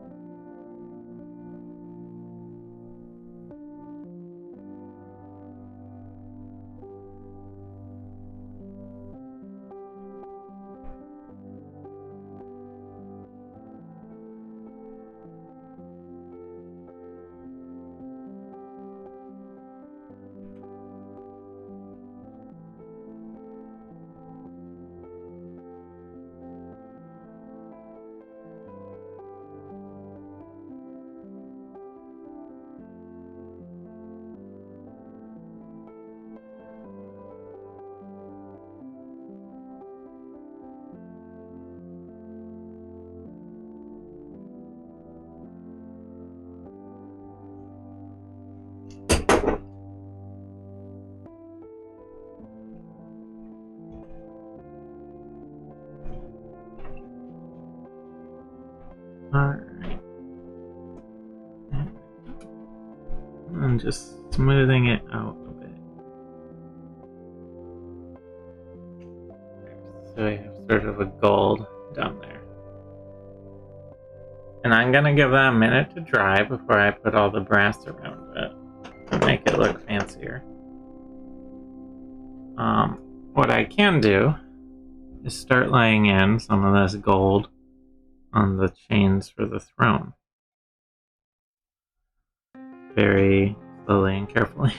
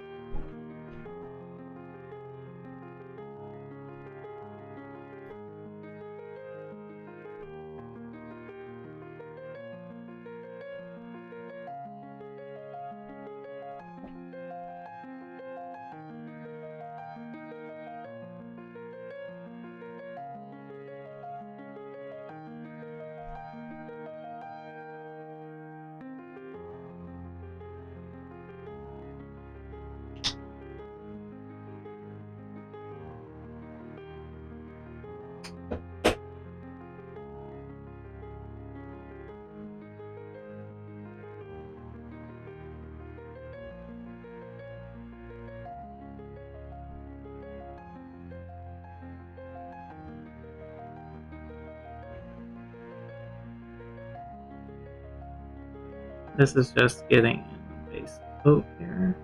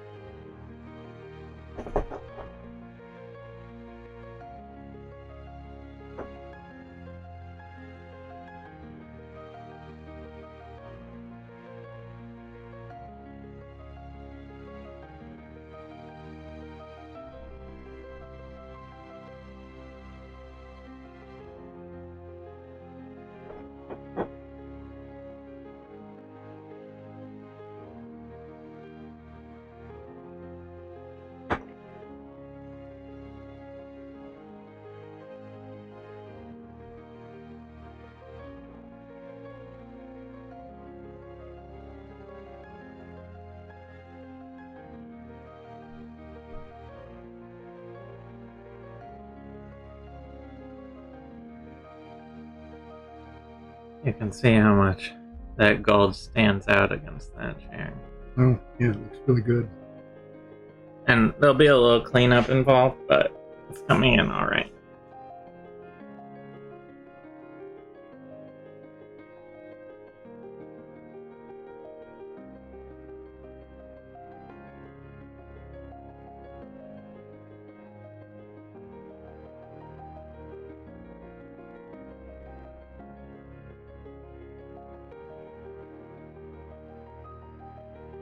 Okay. Get that. I guess I can do the brass on the doors. Yeah, I'll probably need a little brass as well when I get to the sigil.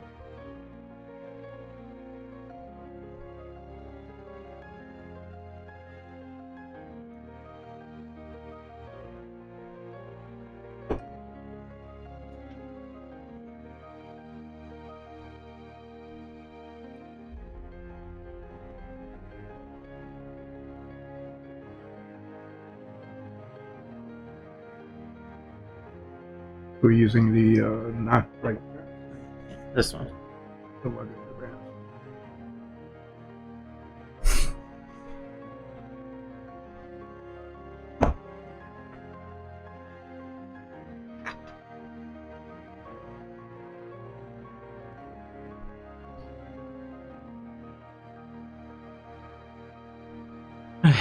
That's one chain of many.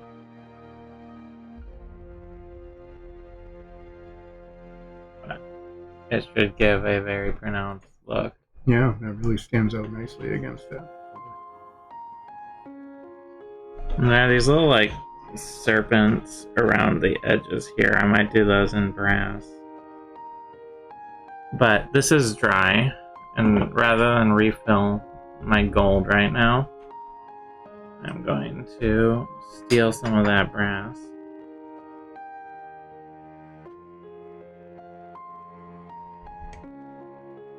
Or use a little cup of my own to get the symbol here painted in proper. Just need like one drop. So, what I need to do is very carefully take this brass and cover all of the lines. I actually probably got a little too little brass there. Surprisingly.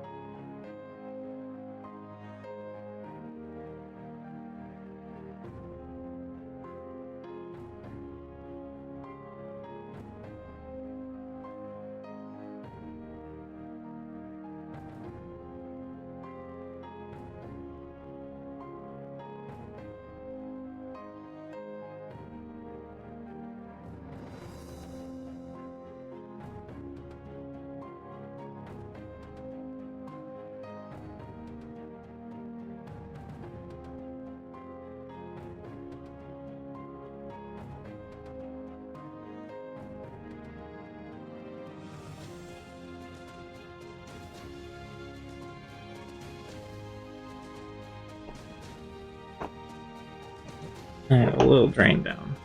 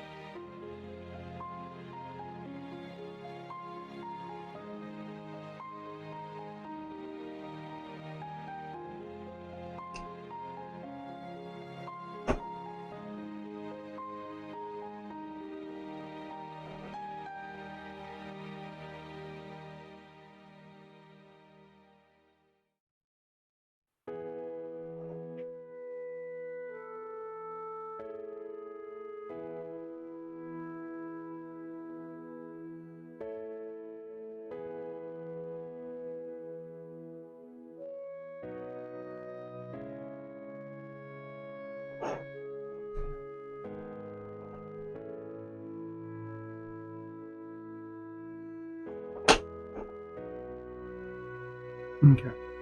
So before I do another one, Yeah. you like that? Yeah, that's good. Okay. I was thinking brass panels with a steel frame. This makes the door jump out. Yeah, I think that's good.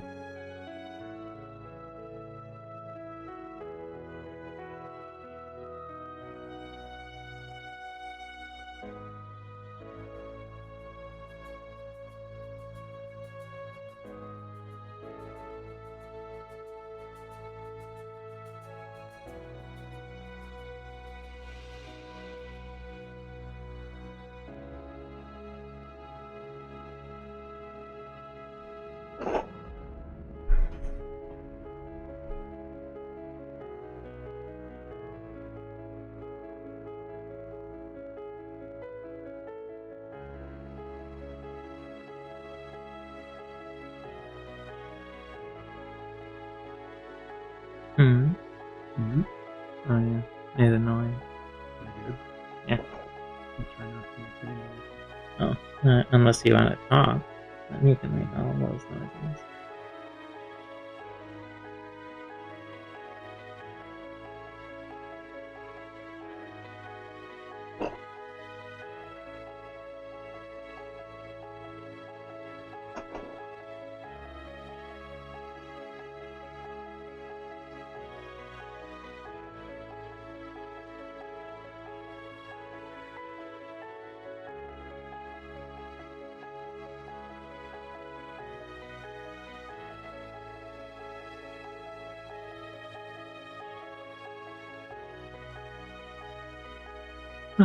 So, we're closing in on 2 here. Getting the doors done.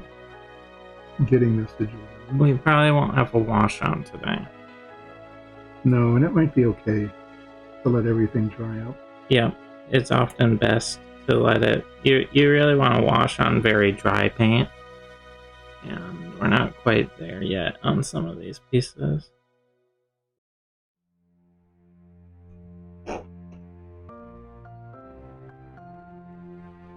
There's a bit more of the sigil.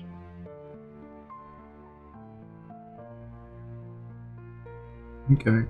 That really is nice, the highlighting. Now, the difficult part I need to do is the outer edge here. The outer edge. Oh, around that, yeah. Might have to put gray back on. I'm sure there'll be a little gray touch-up here and there. But it shouldn't be too bad.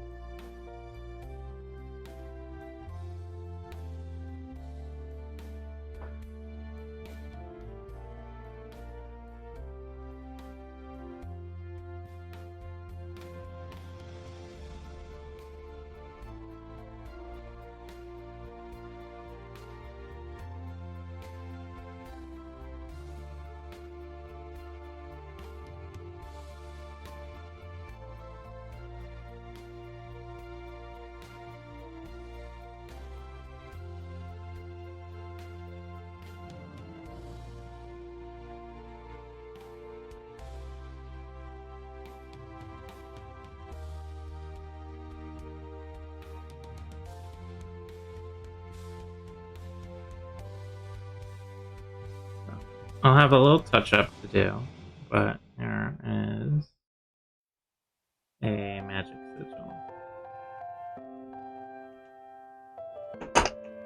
That'll need some cleaning in a couple spots, but not too bad overall.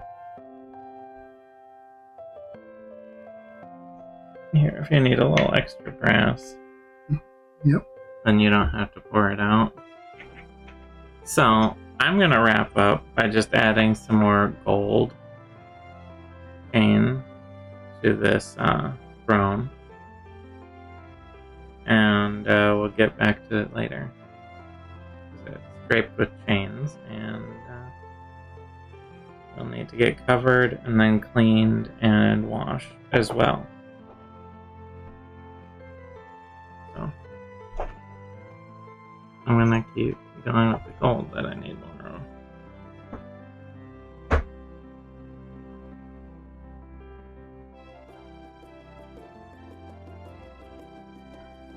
And this should use up the rest of the time today. Doing these gold bits.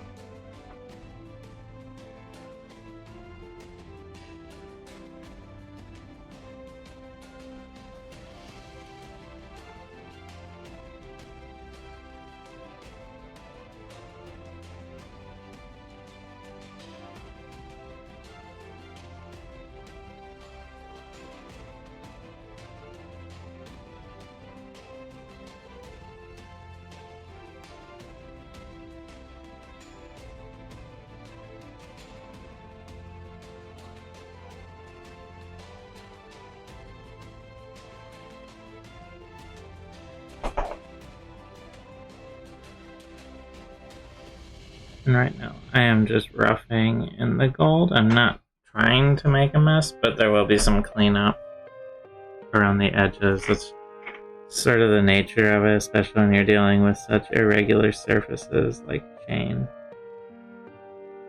Yeah, when you're doing just little dots like that. Yeah. To get the coverage I need, I do sometimes spill over onto the stone. And that's okay because I can just come back at it later and push up towards it carefully with the field blue.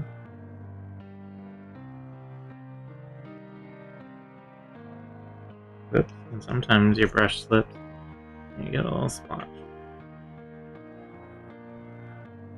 But part of that's because I've been going for about 4 hours straight, so I'm a little tired.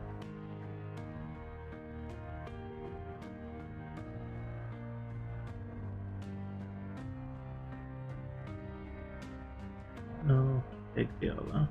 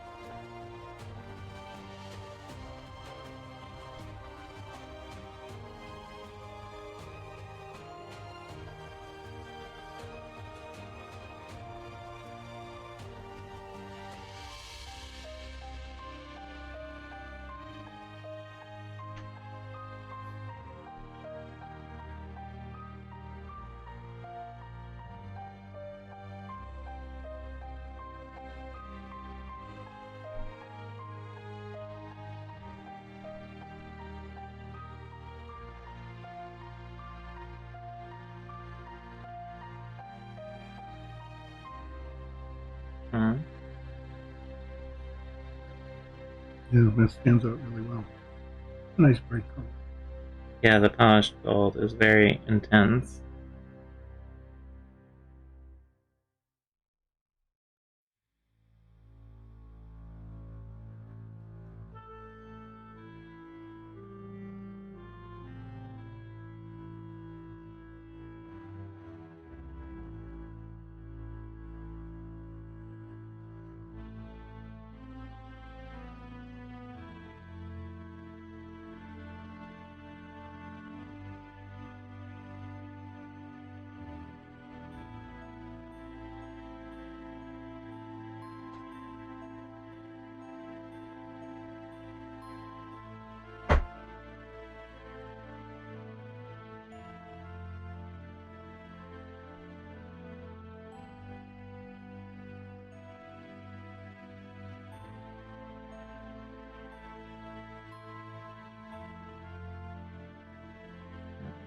Get all of this gold rough in.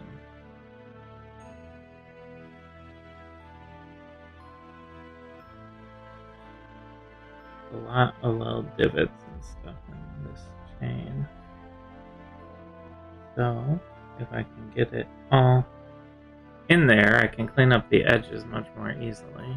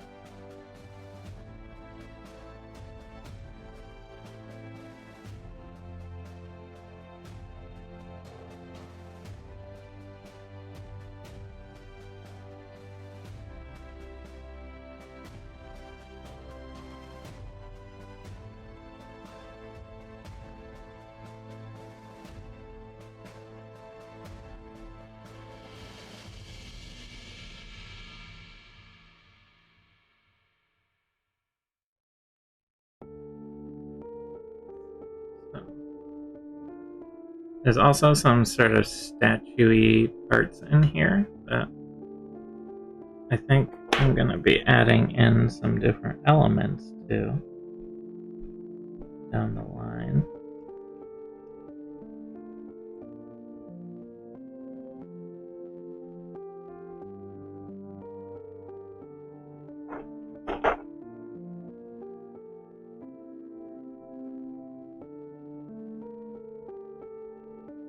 For now, I want to get all of the stuff that needs to be gold.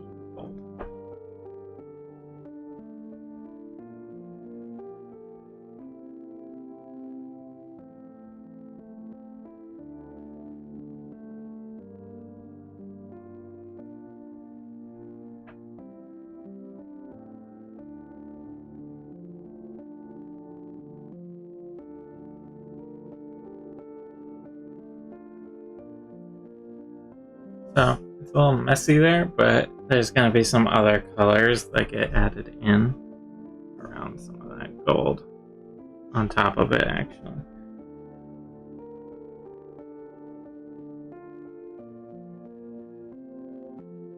So that's it, okay.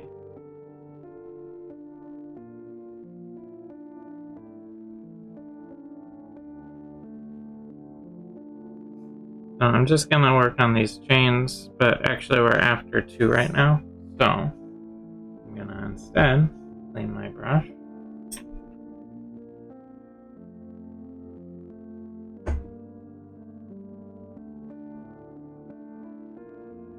Yep, I'm almost done with the door. So, just as a little recap as we wrap up here.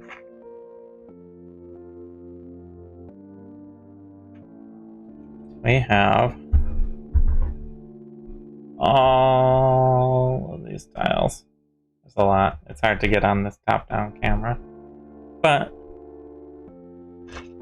all of these tiles are base coated, painted, and we're getting close to being able to just wash all of them. And that really breaks up sort of the flat look that you're seeing now. It'll add a lot of variation and depth to each piece. But I think we're right on track. Looks like, yeah, you got the steel in on the door frames and everything. So the rune here is all set except for a little touch up and a spot or two. And yeah, all right. Pretty much done. Just need to finish So the side of the door here. thank you everyone who watched live. Thank you everyone who watches on YouTube. Make sure to follow us and do all those things. It helps us out a lot. Patreon.com. We have a Patreon, patreon.com/diceanddungeons, where we post behind the scenes things. Otherwise, our main show is Sundays at 2 p.m. Eastern here on Twitch, and then you can catch it later on YouTube if you don't see the live The live chat. live chat and everything, but please check it out. Yeah. So thanks everyone. Thank you. We'll see you soon.